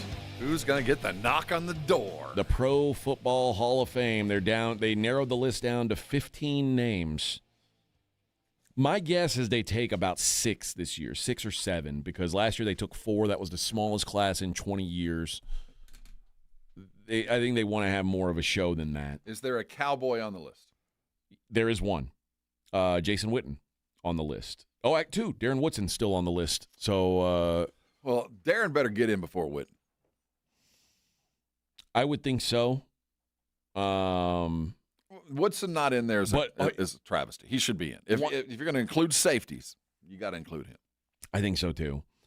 Witten, the thing that gives him an edge is like there's so few great tight ends historically that Witten's numbers are going to be up there amongst the best. And I know that he'll eventually get in. Yeah. But Woodson has been overlooked for way too long.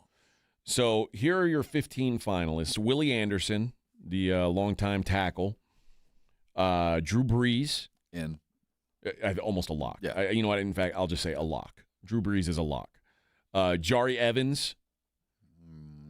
Interior lineman, whoever knows. Larry Fitzgerald is a lock. In. He's one of the 5 to 10 best receivers who's ever played football.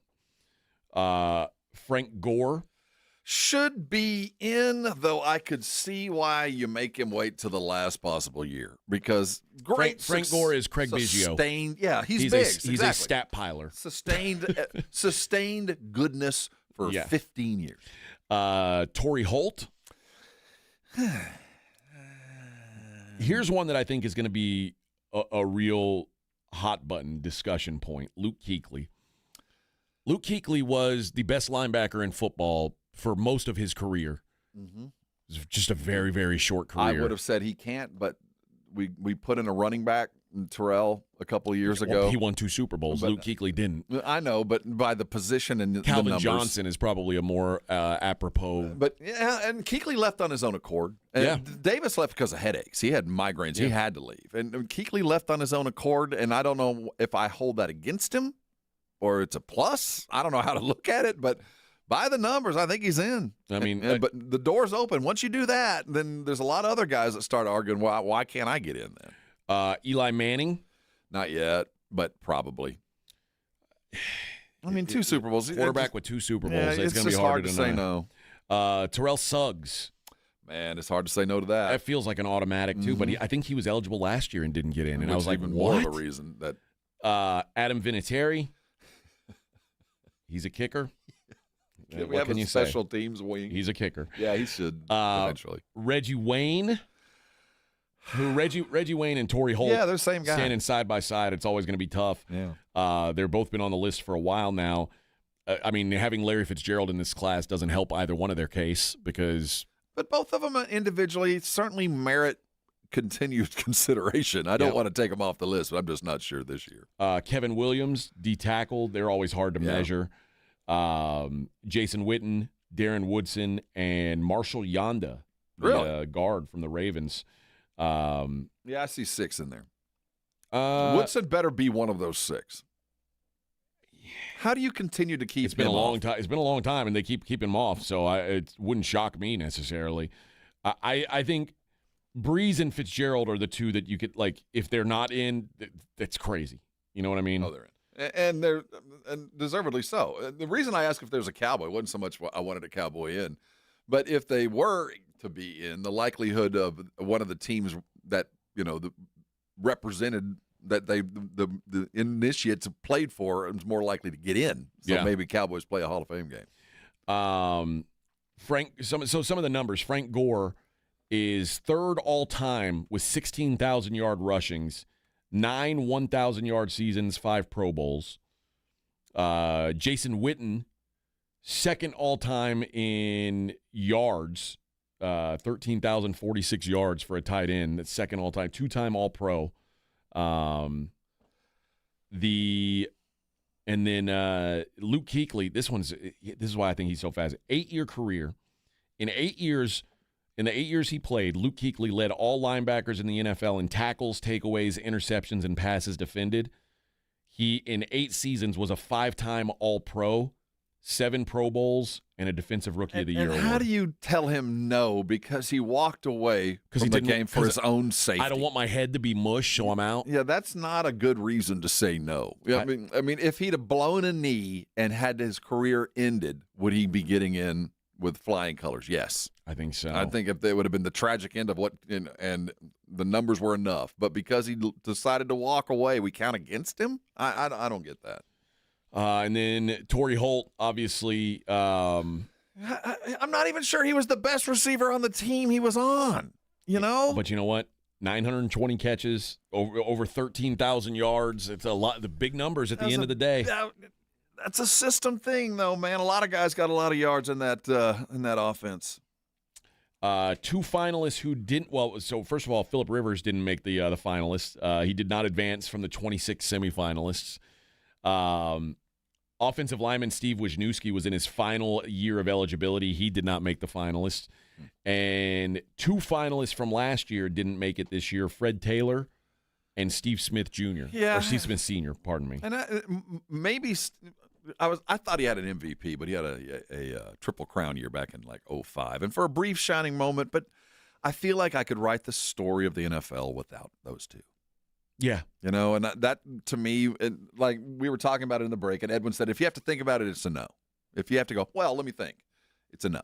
Well, I think especially to casual fans, like if that's the case, then guys like Jari Evans and Marshall Yonda are never getting in because they're interior offensive linemen. You're right, and I don't count that. That's for the educated voter and the guys that truly look at the numbers. But for guys like us, and that doesn't apply to interior linemen because we don't know who they are unless they play for my team. If you're a quarterback, wide receiver, running back, there shouldn't be much discussion. Fred Taylor. So well, if I played fantasy football, there are about 5 years that he was a very valuable guy to have on my fantasy roster. But then what's that say about Torrey Holt?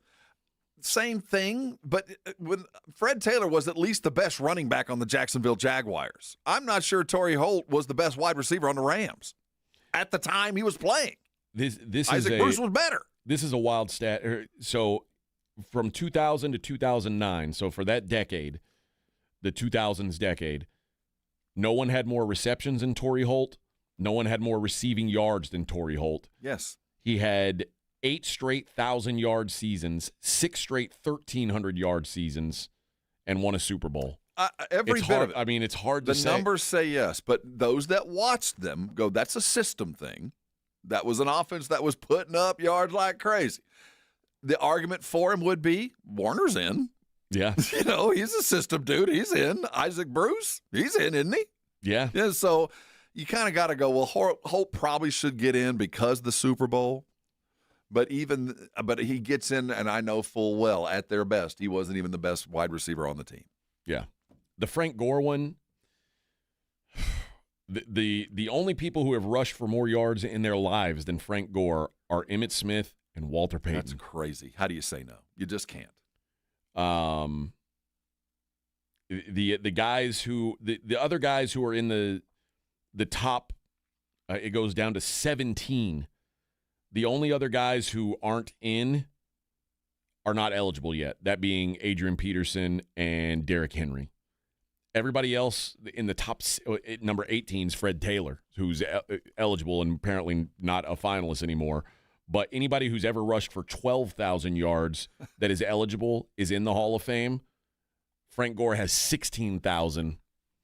To me, Frank Gore is like, if you're putting Curtis Martin in, you put Frank Gore in because they're very similar players to me. Like I mean, quite frankly, to a lesser extent, Fred Taylor, but it's all kind of the same thing. Like, it's a bunch of empty yards, sure, but I look at it kind of like when you take your kids to the Hall of Fame and they go up to Frank Gore and they go, who's that? You know, the value in Frank Gore was the dude showed up for work 20 years in a row. The dude showed up and gave his best Well, how many years have we got? 18 years or whatever he did? 05 to 2020. So Just 15-year career. 15 years, the dude showed up for work. He did it with no knees. I mean, he showed up and got 1,000 yards a year every year he played. That's enough. It might not be spectacular, but the longevity is worthy of consideration and worthy of glory, man. He's the third-ranked rusher of all time. And you go, Frank Gore?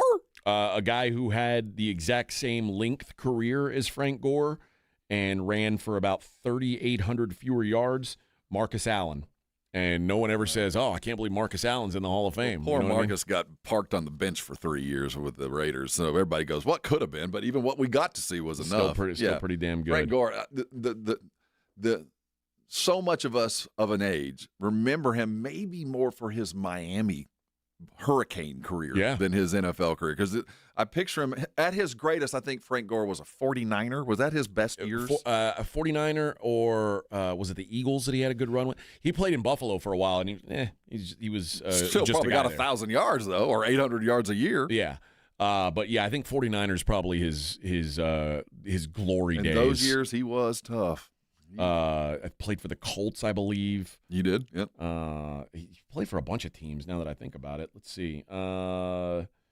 He played for San Francisco, Indy, Miami, Buffalo, and the Jets. So, yeah, in 2005 to 2014 was San Francisco. So most of his career in San Fran. Colts for 3 seasons. Dolphins, Bills, Jets for 1 season each. So, yeah, I normally I am against stat compilers, but I mean, that's a lot of stats. Sustained goodness. Yeah, it was sustained good for a long time. I can't knock the guy. I think, but he's also one of the guys that if he didn't make it, I wouldn't go, oh, it's a travesty. No. How many losing teams he play on? Not many. I mean, the Jets, at the end of your career, you're hanging on. But he was on winning teams because he did winning things. You show up for work and do a good job year in and year out. I think that's the starting point. But then you look at the total yards, that's enough to put him over the finish. Also, though, you know how many years he had 10 touchdowns? 1. Ooh. That's why he's still waiting. Yeah, probably so. All right. Man, we got 1 hour of show left. Time is a-flying. NBA rule change maybe being kicked around. I want to talk to Rob about it. Morning Huddle 94.1.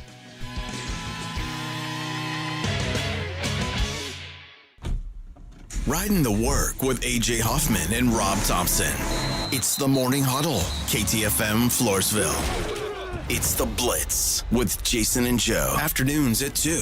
Coming up Tuesday on the Blitz, how close are the Houston Texans to being a legit Super Bowl team? We'll talk about it with Indy Kalu at 2:35. And will the Cowboys make a change at defensive coordinator? We'll ask Shireen Williams at 3:15. The Blitz starts at 2.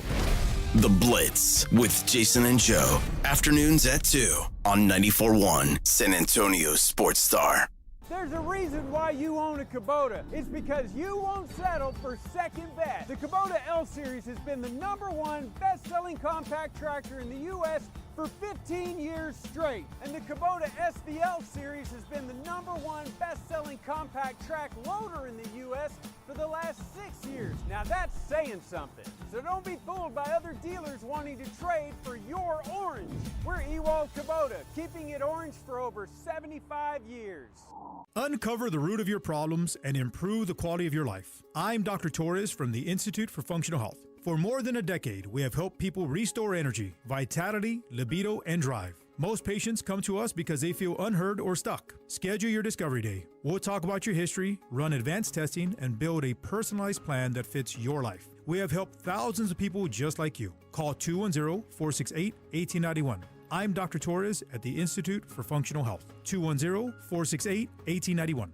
This report is sponsored by the Crohn's and Colitis Foundation. The Crohn's and Colitis Foundation has been at the forefront of inflammatory bowel disease research and care for over 50 years. Learn more about research, education, and support at Crohn'sColitisFoundation.org. America's best high school football players are coming to San Antonio. It's the Navy All-American Bowl at the Alamo Dome on Saturday, January 10th. Jeremiah Smith, Puka Nakua, and Micah Parsons played here. Join us for a day of exciting football to see the stars of tomorrow at the Navy All-American Bowl, followed by the San Antonio Sports All-Star Football Game presented by Valero. Fan Zone opens at 9:30 a.m. Tickets available at the Dome box office and Ticketmaster. George gets justice. In San Antonio, we look out for each other. So if someone's reckless driving puts you in the hospital, don't call some out-of-town lawyer. Call someone who actually lives here and will fight for what you deserve. Call George Salinas Injury Lawyers. Because to George, you're a neighbor and he's got your back. And remember, you only pay if they win. Call 210-225-0909 or visit getgeorge.com.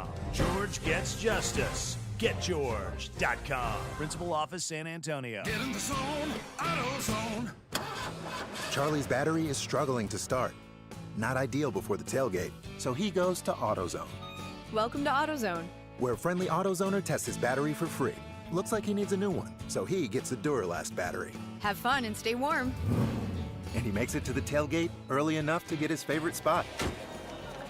Free battery testing and charging. No hassles, just help. Get in the zone, AutoZone. Restrictions apply. Running a business means wearing multiple hats. So if you're like me, you probably started out using your personal phone, taking client calls and texts nonstop. As my business grew, I needed something smarter. That's when I switched to Quo, the #1 business phone system. Quo works right on your phone or computer. No carrying 2 phones, no clunky landline, just one easy app you can try for free. Your team can share one number and handle calls and texts together like a shared inbox. Any teammate can jump into the conversation so customers get faster responses. And Quo's AI assistant summarizes your calls and responds to customers 24/7, so you never miss a lead or opportunity. All this starts at just $15 a month. That's basically 2 coffees. You can even keep your current business phone number. Find out why 90,000 businesses trust Quo. No missed calls, no missed customers. Try Quo for free at quo.com/sports. That's quo.com/sports to try Quo free. QUO.com/SPORTS. My name is Whitney Allen. I am a widow. My husband Ryan died. We never thought in a million years we'd have to use life insurance. The unexpected happened. With Ethos, it is so fast and easy. It's 100% online. You can get a quote in seconds, apply in minutes, and get same-day coverage. No medical exams, and you can get up to $3 million worth of coverage through Ethos. Get your free quote at ethos.com/game. That's ETHOS.com/game. Time spent on application may vary. Online health questions required. Woohoo! Hear that? That's what having fewer hot flashes and night sweats can sound like. Veoza is the #1 prescribed hormone-free treatment FDA approved for moderate to severe vasomotor symptoms, also known as hot flashes and night sweats, due to menopause. Veoza can cause serious side effects, including liver problems. Your doctor will do blood tests before and during treatment. Stop Veoza and call your doctor if you have symptoms of liver problems, such as feeling more tired than usual, decreased appetite, nausea, vomiting, itching, yellowing of the eyes or skin, pale stool, dark urine, or stomach pain. Don't use Veoza if you have cirrhosis, severe kidney problems, kidney failure, or take CYP1A2 inhibitors. Ask your doctor about Veoza. To learn more, call 1-866-239-1637 or go to Veoza.com. That's VEOZAH.com. Paid for by Astellas Pharma. SportsCenter brought to you by Centergenics. Book your appointment at fixmylowteam.com. 94.1 San Antonio Sports Star traffic from News Talk 550 KTSA. Good morning and heads up on the southeast side, 37 northbound right under 181. We're getting reports of a stalled semi. It's blocking the right lane, mainly on the right shoulder, but part of that right lane blocked as well. Loop 410 eastbound at Broadway, that stalls off to the shoulder. Got an emergency vehicle already on scene. And 410 southbound at Valley High, that stall's been moved off of main lane and off to the right shoulder. Valero 2025 Valero Alamo Bowl is tonight at the Alamo Dome, so expect delays, congestions along 281, 37, and 35 downtown. I'm Debbie Alcacer, KTSA, Time Saver Traffic. San Antonio Sports Center. The Spurs dropped their second straight, falling to the Cleveland Cavaliers 113-101 last night. Wemby had 26 points and 14 boards in the loss, while Steph Castle added 15. They do return to action tomorrow night to kind of shake off the stink. They'll be in the Frost Bank Center when they take on the Knicks at 6 o'clock. In the NFL, Dallas Cowboys head coach Brian Schottenheimer reiterated on Monday that Dak Prescott and the rest of the starters are going to play on Sunday, despite already being eliminated. We'll see. We do have a college football doubleheader tonight that you can catch live on San Antonio Sports Star. It starts at 4 with the Music City Bowl as they host the Volunteers and the Fighting Illini. Followed immediately by the Alamo Bowl, where 16th-ranked USC takes on TCU, a game kicking off at 8. I'm Rob Thompson, the 94.1 San Antonio Sports Star. From the studios of San Antonio Sports Star, reaching more sports fans than any station in South Texas. Welcome to the Morning Huddle with A.J. Hoffman and Rob Thompson. This is 94.1 San Antonio Sports Star. Heyo! Morning Huddle 94.1. Let's talk about the NBA and its tanking issue, which the NBA apparently wants to take care of. Adam Silver wants the NBA to look, feel, and act like Premier League soccer. Yeah. And Premier League soccer has fail-safes for being bad. Yeah. Now, one problem that has really kind of pushed all of this stuff to the forefront, I think, is the gambling scandals is suddenly making it where player availability and things like that are coming into focus. But tanking's a real problem for the league. The NBA understands it. I think the gambling scandal is pushing them to fix it. Apparently the NBA's latest ideas are freezing future draft pick protections, fixing the lottery teams in place on March 1st, which does that do anything for you? Like the idea of like saying, okay, it's March 1st, this is where you are in the lottery. No, I don't like that either. I don't, and then limiting a team from having top 4 picks 2 years in a row. Now there's something to that. I think the easiest way is you just build in some competition, and I think that you pick a date, you pick the bottom 4 teams, and from that date on, the team with the best record of those 4 teams gets the pick. Let them play for it. Let them go earn it and go get it without putting.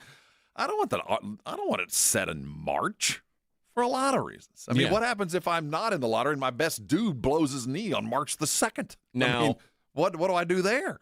I think that it would be really hard to say, okay, you can't have back-to-back years with a top 5 pick. And they say, like if I'm anybody else, I go, wait, so after San Antonio gets Wemby, Castle, and Harper, now you're going to say we can't do this? Well, I agree. That doesn't seem real fair.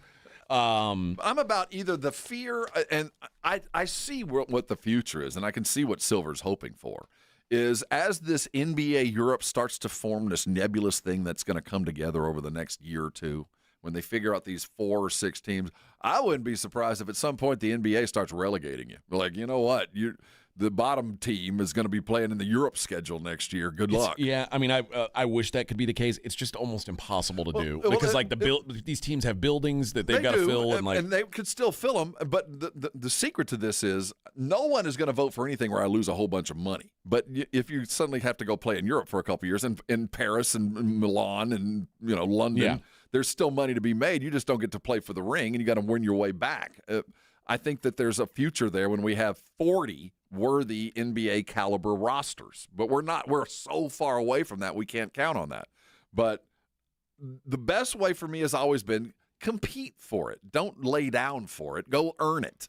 And if you make them fight for the win, maybe it'll take away the point shaving or whatever we consider the rest.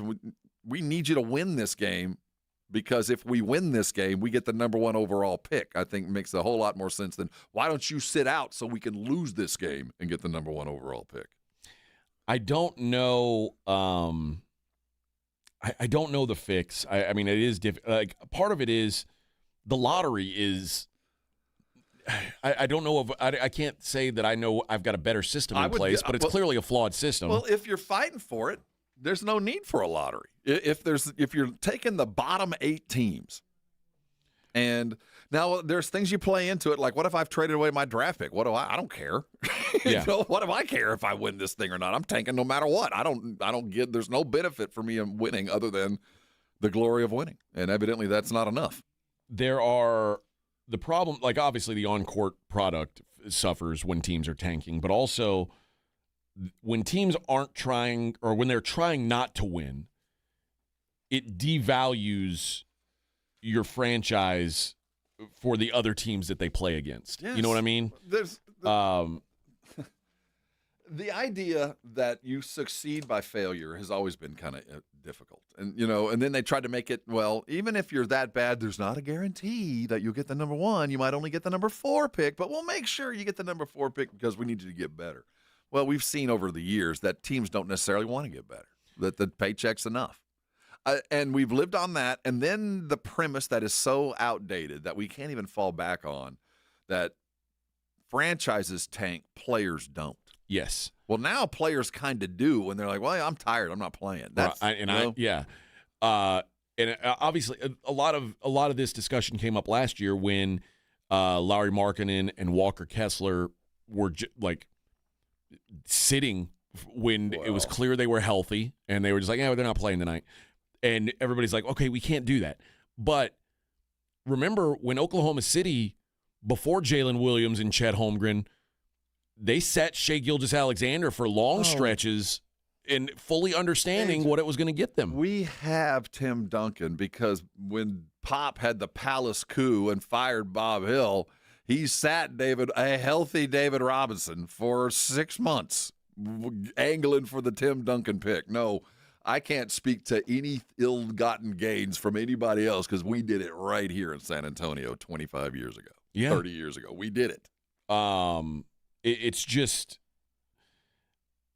the front runner right now seems to be an earlier date to lock the lottery odds, which to me, all you're doing then is opening it up for teams to even more blatantly tank. Well, what incentive is there to win early? Well, now we're just tanking early. I'll just lose in January.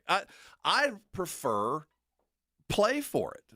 Now, granted, the worst team won't get the number 1 pick, but the team that earned it will. And the 4 bottom teams' best record the last month of the year gets them. I mean, have some incentive to go out and win a basketball game. I think maybe the move would be if you move up in the odds, like if you move up in the lottery, if you're one of the teams that that gets a boost, you shouldn't be allowed to do that the next year. You know what I mean? Extra. You were a 7th, but you pulled the Spurs last year. Last year, the Spurs jumping up to get Harper, they shouldn't and in fact, I think they did that with Castle too, right? Like that's 2 yeyears in a row that they jumped up higher spots, than. Yeah, like after you do it once, you shouldn't be allowed to do it again. I think there's a fix in there. It's going to take some trial and error. There's no perfect answer to this because the perfect answer is everybody fights to the end. Everybody plays and plays hard, no matter the scoreboard or record, and you finish like a professional as you should. But we know, given the modern world, that's not necessarily the most financial or even just physical way to do this. You just can't. The problem is, sports bettors in particular have kind of weaponized tanking, and that's the biggest issue that the NBA is facing is they don't want that. We don't want that, and you don't want apathy. I've been on apathetic franchises, and thank God, the Spurs managed to pull themselves out of it.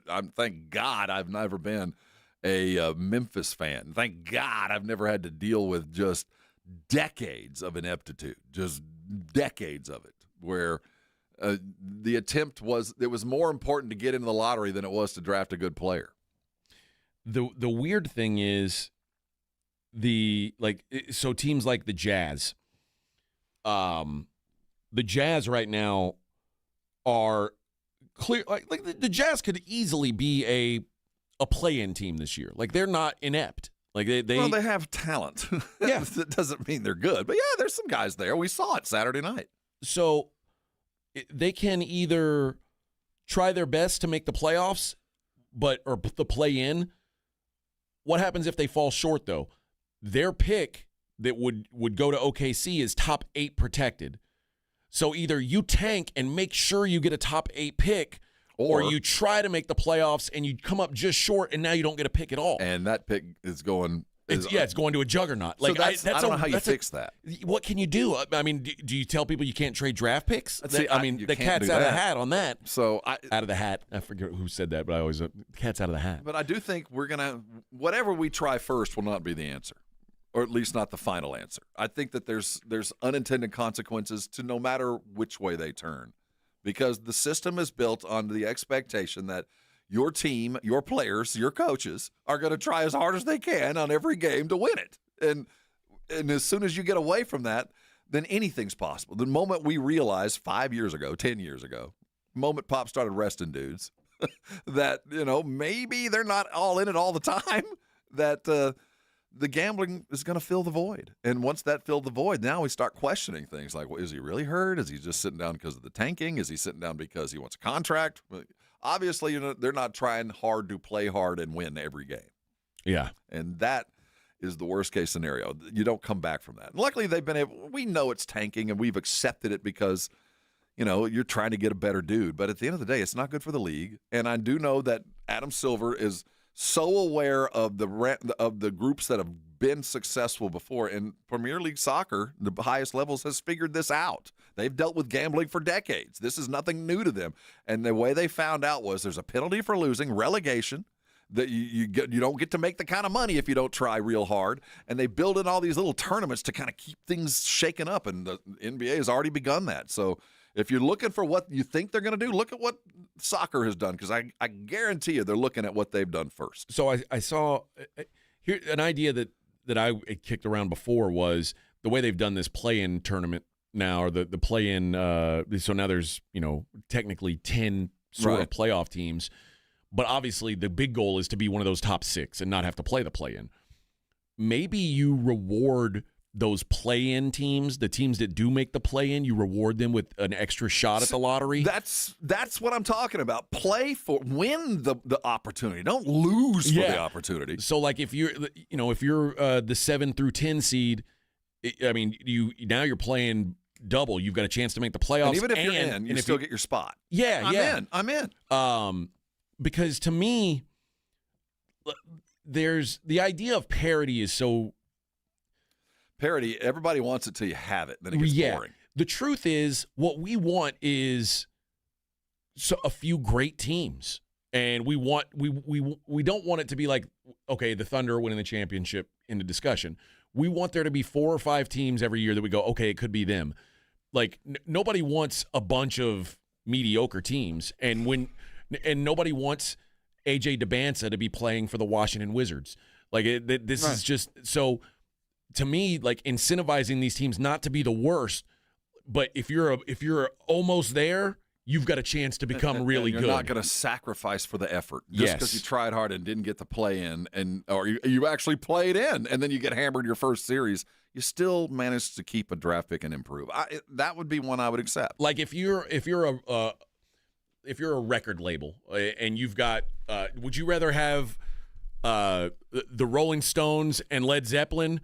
Or like 9 bands that are like free and hoping for one to show up. Yeah, you'd rather have a handful of elites, and then everybody else. That's your problem. I think yours solves the upper echelon of the problem, and then we have to focus on those bottom 4 teams that are always awful and benefit and take away talent from others.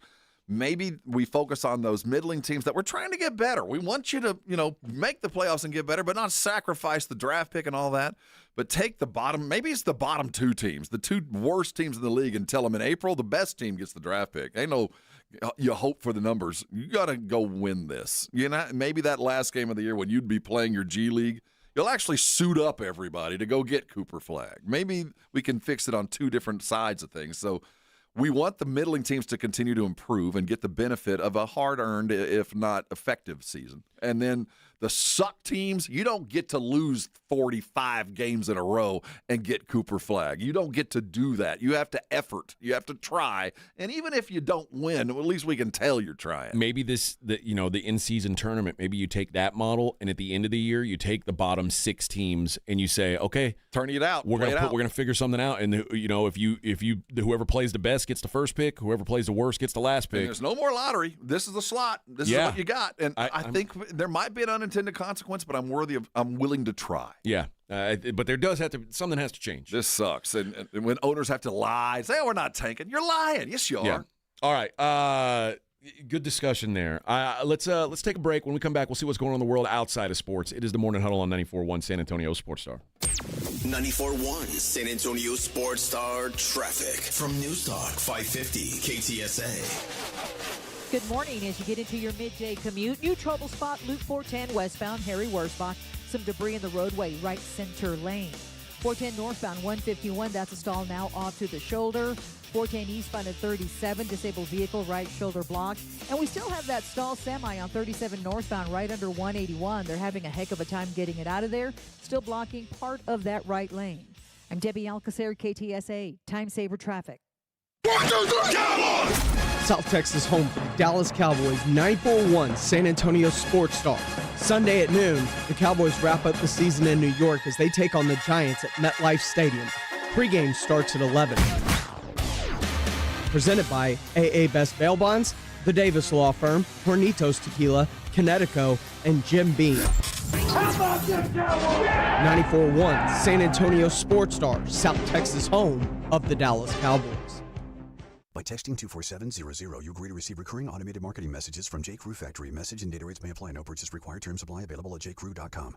Need last-minute gifts? J.Crew Factory has got you covered. Enjoy up to 60% off store-wide and shop cozy matching pajamas, toasty sweaters, amazing outerwear, festive accessories, and so much more. Get in the spirit at J.Crew Factory, where you'll score our exclusive collection of classic styles for the whole family at prices that can't be beat. And today, save even more. Just text GIFTING to 24700 to receive an extra $25 off your purchase of $75 or more at your nearest J. Crew Factory store. Visit jcrewfactory.com to find your nearest San Antonio area store today. But first, get an extra $25 off your purchase of $75 or more when you text GIFTING to 24700. Text GIFTING to 24700 to get your $25 off coupon. That's GIFTING to 24700. See a store associate for details. This report is sponsored by the Crohn's and Colitis Foundation. The Crohn's and Colitis Foundation has been at the forefront of inflammatory bowel disease research and care for over 50 years. Learn more about research, education, and support at Crohn'sColitisFoundation.org. Let's get this new year started with a brand new RV from the South Texas RV Super Sale. Hundreds of RVs of every type from San Antonio area's best dealers. And free parking thanks to our dealers. Go to SouthTexasRVSupersale.com for details and tickets. January 1st through the 4th at Expo Hall. Listen up! Mr. W Fireworks always has the lowest prices. That's right. Mr. W Fireworks prices are always more than 50% lower than anyone else around. And we never charge you any hidden fees. Look for the big W on our sign and find us online at MrWFireworks.com. We all hear the radio ads about the IRS. They tell you to be afraid, to be scared, and they try to frighten you into calling. I'm not here to do that. Tax Relief Advocates is different. TRA is here to tell you that if you owe money to the IRS, whether it's $5,000, $50,000, or $500,000, we have a solution. It doesn't matter if you're sitting in your car, at work, or with your kids. No matter where you are, call now. 800-575-6759. Don't lose hope. TRA can eliminate or reduce what you owe to the IRS. Generous programs are now available that can give you a fresh start. Our passion is taxes and helping individuals fix their IRS problems. We have over 1,000 five-star reviews on Google and an A+ with the Better Business Bureau. You don't need to be afraid of the IRS any longer. End your tax nightmare today by visiting us online at TRA.com or call 800-575-6759. That's 800-575-6759. Tax Relief Advocates. Real solutions for real people.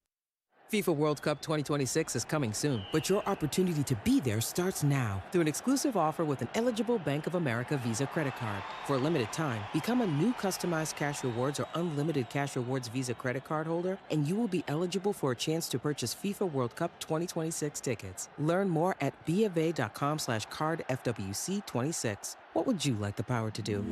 Bank of America, proud to be the official bank of FIFA World Cup 2026. Bank of America N.A. in partnership with Visa. Terms apply. Rewards reserved. By texting 64,000, you agree to receive recurring automated marketing messages from Real Success. Message and data rates may apply. No purchase required. Terms apply. Available at ourrealsuccess.com.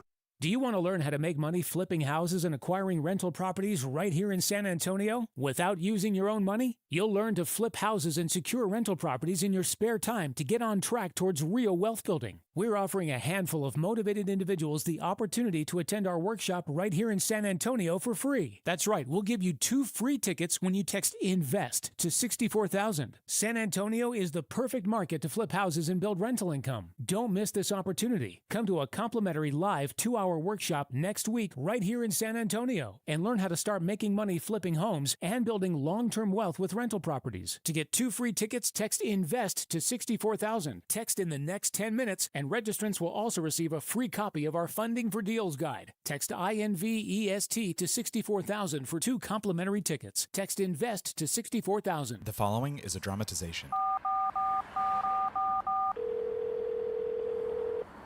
Davis Law Firm, how can I help? That guy pulled out in front of me out of nowhere. The police are on their way, but I'm really shaken up.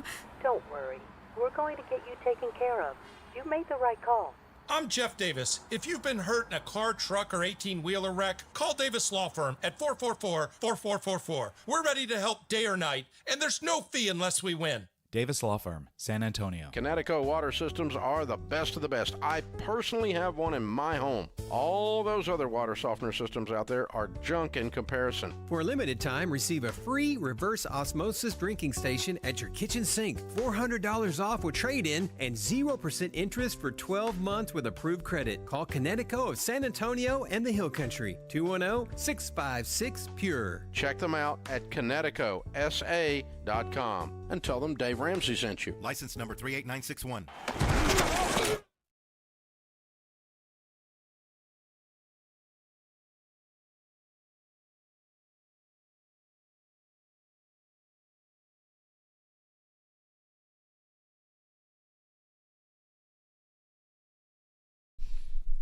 Edwin playing 311 because Jimmy was just in here. Famous James. Happy Tuesday, everybody. Tomorrow, I guess, some people will be working, some people won't. We'll be working, though. We'll be here till 9:55. I'll be out this building by 57. Yeah, that's my guess as well. I'm going to be remarkably hungover tomorrow. Oh, no. I can feel it coming. Oh. I can feel it coming. It's a Lamo Bowl. You're gonna forget your computer again. I'm gonna pull an AJ and sleep on the front couch. It might be the move, but if you do it, our fearless leader's photo will be staring at you. I'm gonna sleep underneath his picture. I'm gonna light a candle and sleep next to my fearless leader's picture. All right, here we go. I want to bring up some things that are going on in the world outside of sports. Is it Ocala, Florida? Ocala? Ocala? Yeah. Mm-hmm. An Ocala man is suing Outback Steakhouse. He went to that restaurant and he had to go potty. And things took an unfortunate turn. Michael Green is the man's name. He went back in March to this Outback, and while he was seated on the toilet in the handicap stall, the toilet suddenly shattered and collapsed beneath him. Is this a large man? I don't know. But here's, first of all, my first take would be, hey, are you handicapped? Because if you're using the handicap stall and you aren't handicapped, you don't have like a placard on your vehicle. I don't think that's a law. I think you can. I don't think you can't. You have to leave the handicap stall open all times in case somebody handicapped. I think you're allowed to step in and use that. Are you supposed to use it if the other one is open? No, I think you're allowed to use either one. I don't think there's any kind of statute that says you're using the wrong toilet. I think it's just one set aside that has the guardrails and things that the handicap can use in there, but they don't get precedence, and it's not only for them like a handicap parking spot. If I were a handicap person, I had to pee really bad or poop really bad, and I wheeled in there, and I saw someone in the handicap stall, and the regular stall was open, but I can't use it, I'd be very upset. I think you would have every right to be, but I don't think the person has done anything illegal. Do you remember, like, when I first moved here, the very first time I went to RuPub, and I had to use the restroom, it was a line for the restroom, and I was in line with there was a little person in line right behind me, and the tall toilet was not open yet, but the short urinal was, and he was behind me, and I said, "Oh, go ahead and use it," and he got mad at me. He was offended. I don't like using the short urinal because there's a splashback issue. I don't want that. And he clearly couldn't have used the tall urinal. I was trying to be nice. Hey, he's handy-capable, not capped. As a result of this toilet collapse, Green suffered severe bodily injury. I would imagine so. He's seeking over $50,000 in damages. Seems low. How many Outback restaurants are there, and how many toilets are we worried about exploding underneath our customers? I want to know, $1 million. I'm with you. I want to know if he's a great big fat person, because at some point, what should your toilet be weighted or load tested for? This is. I think we should come in at about 600 pounds. Okay. I think that's fair. I think 600's a fair 500's a fair number, to be honest. I'm just saying, you never know at an Outback. Yeah. I ate 6 bloomin' onions. So I looked up just now. 50,000 is. Why are you suing for? Obviously, he doesn't have much of a case. This should be big money. The people that own Outback is Bloomin' Brands. They also have Carrabba's, yeah. Fleming's Steakhouse, Bonefish Grill. There's some money behind them. $50K doesn't sound like much for an exploding toilet. I got a feeling he broke that toilet himself. I imagine, yeah. I have a feeling that there was something else going on in there. But, squeeze him for a little bit of juice. Yeah, I got to say, this is the number is a little bit.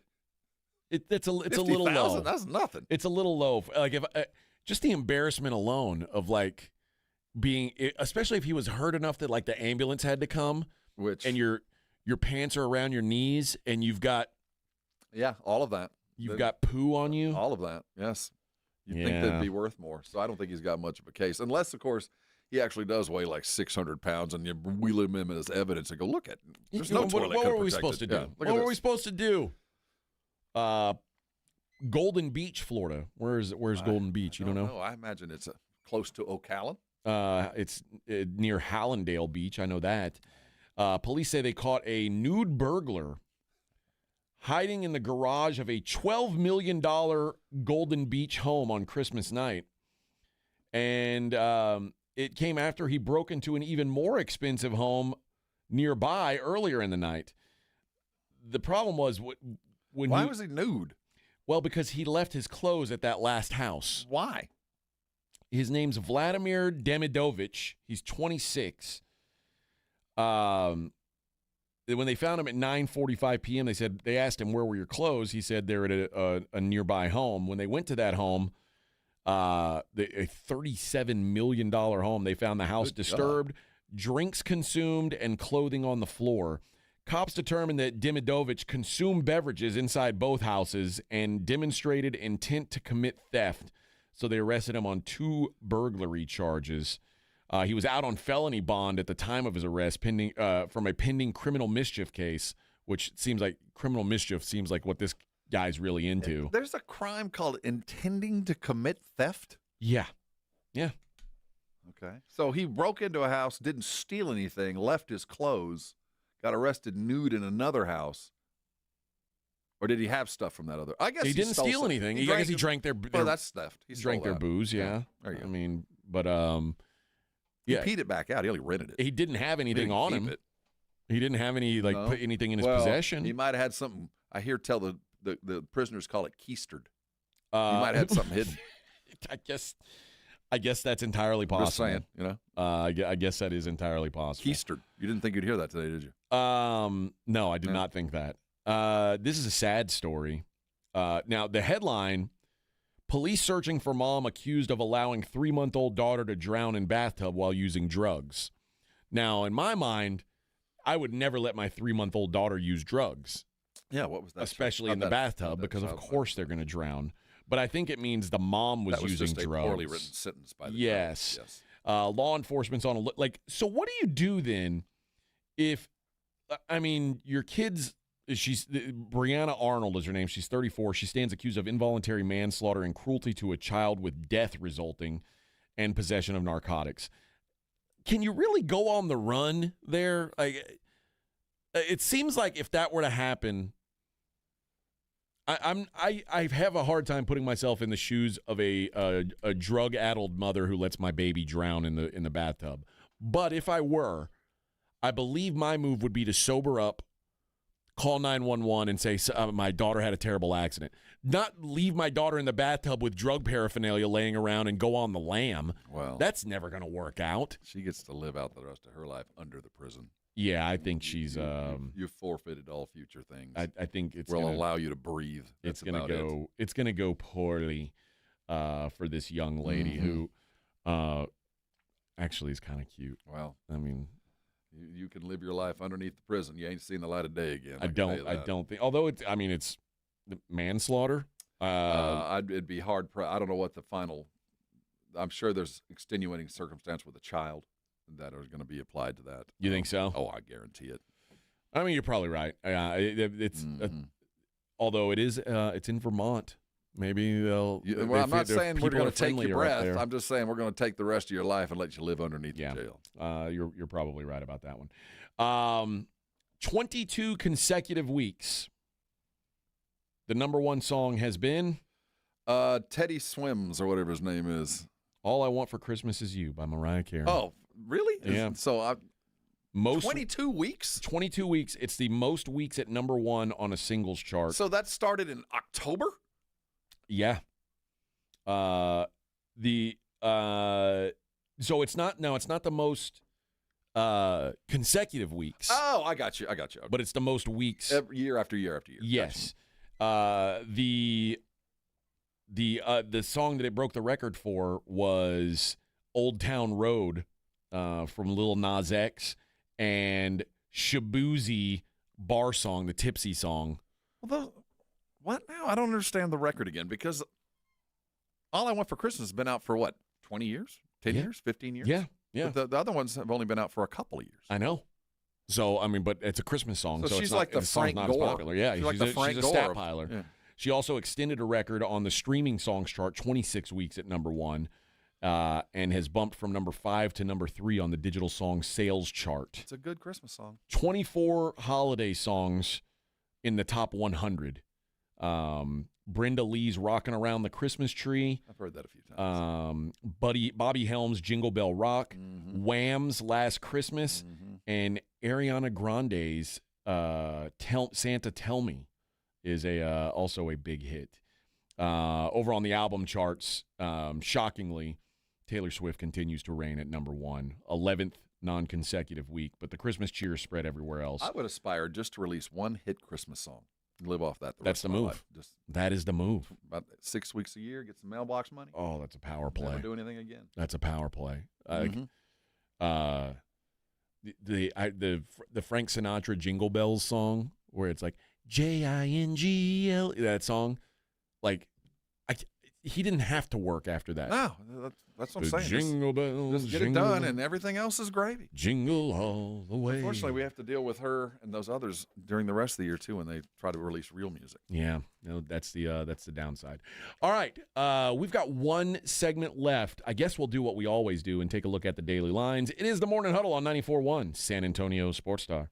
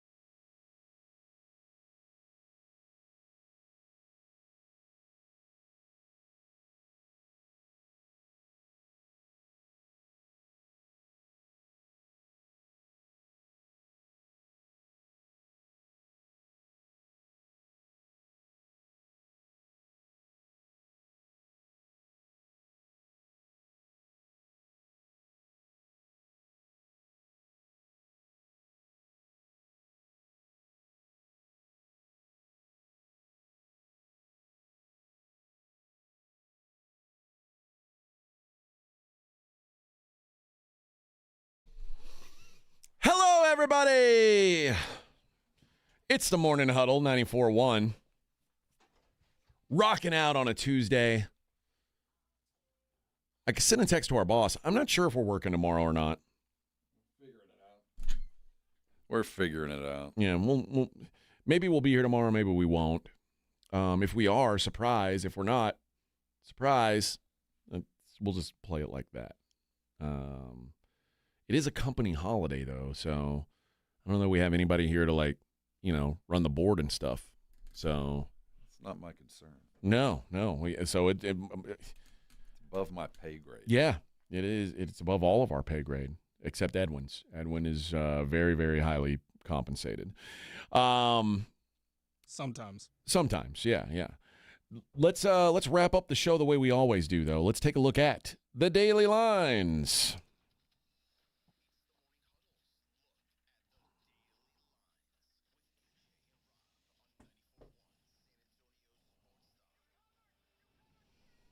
We're going. This is going to be an extended college football look here because I don't know if we'll be working tomorrow, so we'll give some thoughts on some of these games. Louisiana Tech and Coastal Carolina today in the Independence Bowl. That comes up at 1 o'clock today. Louisiana Tech, a 10-point favorite in that one. Should dominate, but and especially they'll have the home crowd.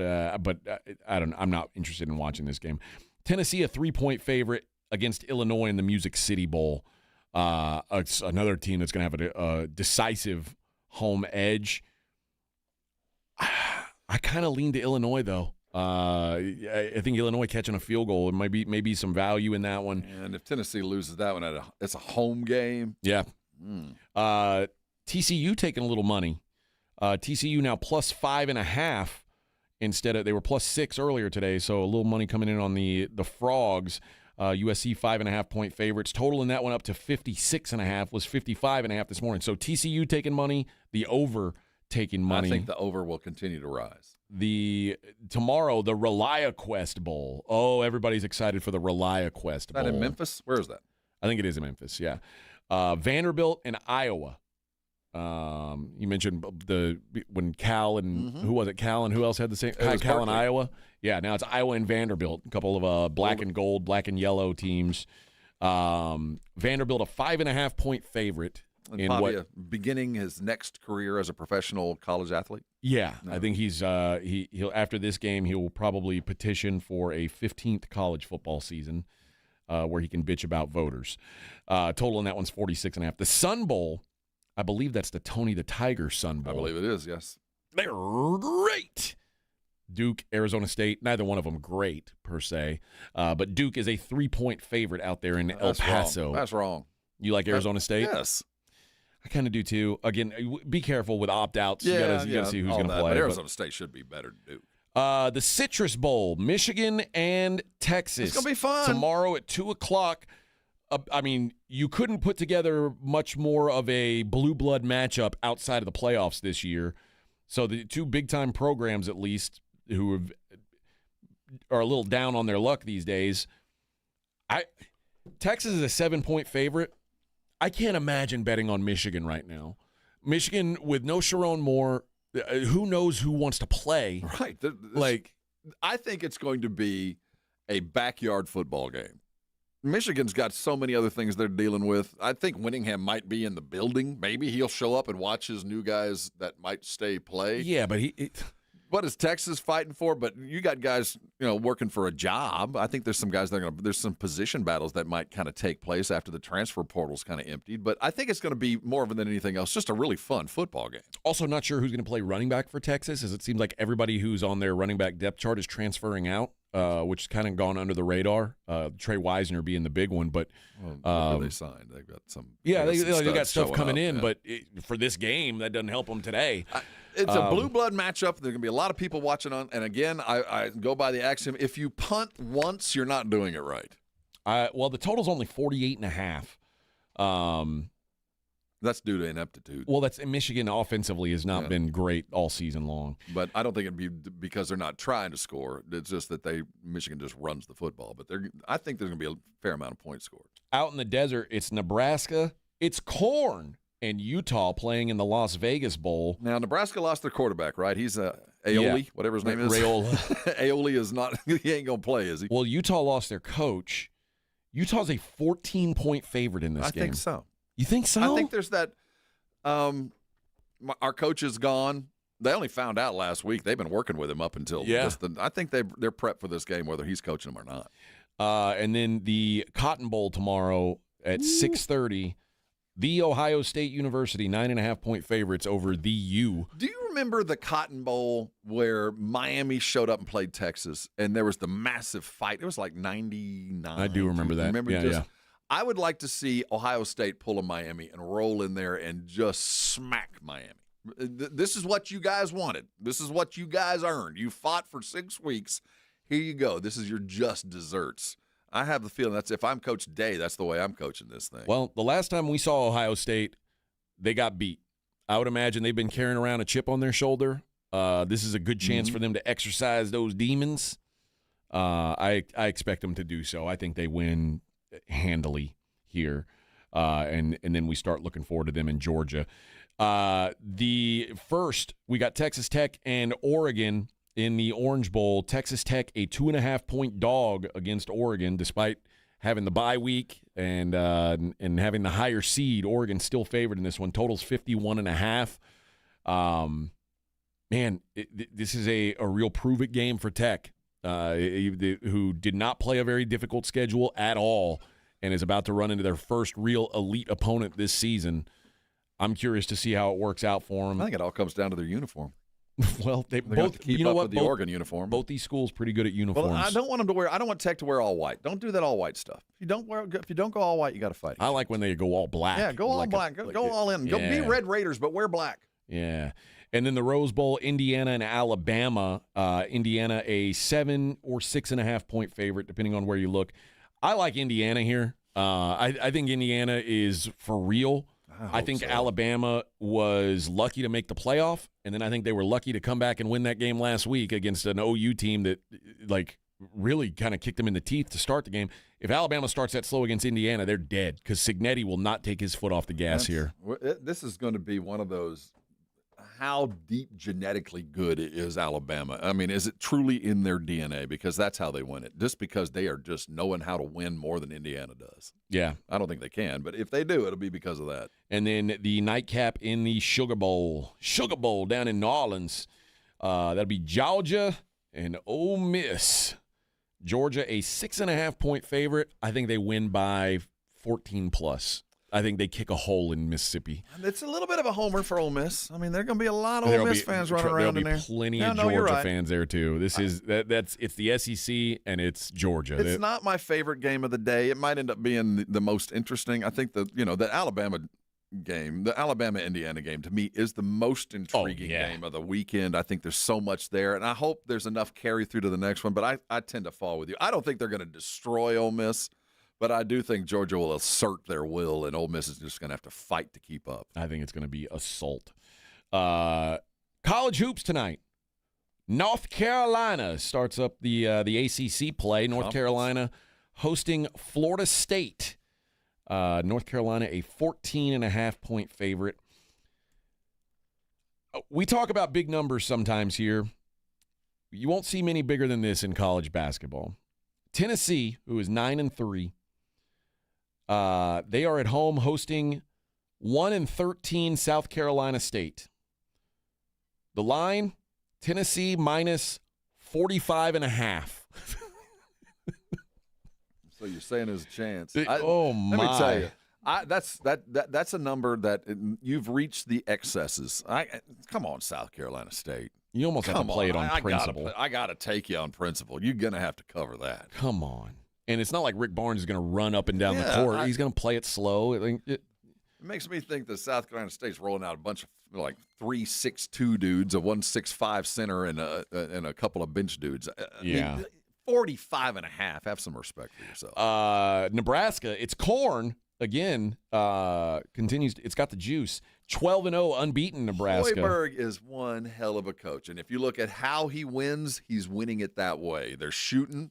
well, and they're playing good defense. That's a good basketball team. They've got New Hampshire coming to town. They are Nebraska's 30.5-point favorites in that one. No, that they'll cover. Another ACC tip-off game. Louisville is at Cal. The classic ACC matchup, Louisville and Cal, out there in Berkeley. Louisville, an 8.5-point favorite on the road. Really? I like Cal here. That's long travel. Cal is good. They're 12-1. That's it. They're not a bad team. Louisville's good, but 8.5 better on the road that's a big ask. across 4 time zones. In a fake conference, real conference, kind of conference game, Yeah. I like Cal at home. I like Cal too. Yeah. And then Gonzaga hits the road. Gonzaga is at San Diego in West Coast Conference play. Both these teams 1-0 in West Coast Conference play. Gonzaga went to Pepperdine and beat them by 40 last week. San Diego is a 28.5-point home dog. And they should. This is the first time I can remember Gonzaga is actually underrated. Normally they're kind of overrated just because, hey, it's Gonzaga in the Great Northwest. This year, not quite the 5-star talent, but the team itself is better than I expected. They've been very good. And the one hiccup was against Michigan. They got their ass kicked by Michigan, but Michigan's everybody gets their ass kicked by Michigan. They handled their business against UCLA. Remember, they beat the snot out of Kentucky. Yeah. They humiliated that Kentucky team. And still underrated. Just last week, they beat Oregon pretty good too. What's the ranking? They are the top 10? 7th in the country. 7th now. All right. But they are 3rd in KenPom. They're so good. just analytically, they are better than people think they are. KenPom makes this game 26 points, so right about where the line is. But again, last week on Sunday they beat Pepperdine by 40. This team's they can run away from you if it gets out of hand here. But you can't, and nobody can name a player on their team. It's a bunch of 4 stars. Graham Ike, who's been playing college basketball forever, is on the team. But yeah, it's not a bunch of big time names. But I guess Braden Huff. But you're right. It's not a superstar-driven team. It's not a bunch of NBA guys. Very unlike a Gonzaga of the past. Yeah. But a solid team nonetheless. They should probably. I like an underrated Gonzaga than an overrated. I think I do too. Yeah, and it's hard to catch them as underrated. It doesn't happen very often. So there you go. There's your look at college hoops tonight in the association where they get paid even more to play basketball. Even more is key. Sixers are at the Grizz. Sixers minus 1.5. The Celtics 8.5-point favorites in Utah. The Pistons are in L.A. taking on the Lakers. Pistons minus 2.5. I like the Pistons on the road there. 2.5-point favorites. I like that. And then the Clippers host the Sacramento Kings. Sacramento is a 9.5-point. The Clippers are 9.5-point favorites there. Kawhi coming off his career high 55 points last time out. If you were wondering if Kawhi Leonard's still good at sport, apparently he is still pretty good at sport. I have nothing to say regarding that. How on earth is that happening? 55. He's still. I mean, the guy's got game still. Like, when he decides to play. Maybe the guy's got game. Well, getting rid of Chris Paul. Look at what happened. Once Chris Paul walked out the door over there, he's had a couple of 40. He got a 40 burger and a 50 burger. He wasn't. Chris Paul was the problem. Apparently so. And the Clippers, in the standings, is not doing them much good. They're still 10-20, but they've won 4 games in a row. Oh, there's a collapse coming. Those guys are ancient. I'm sure.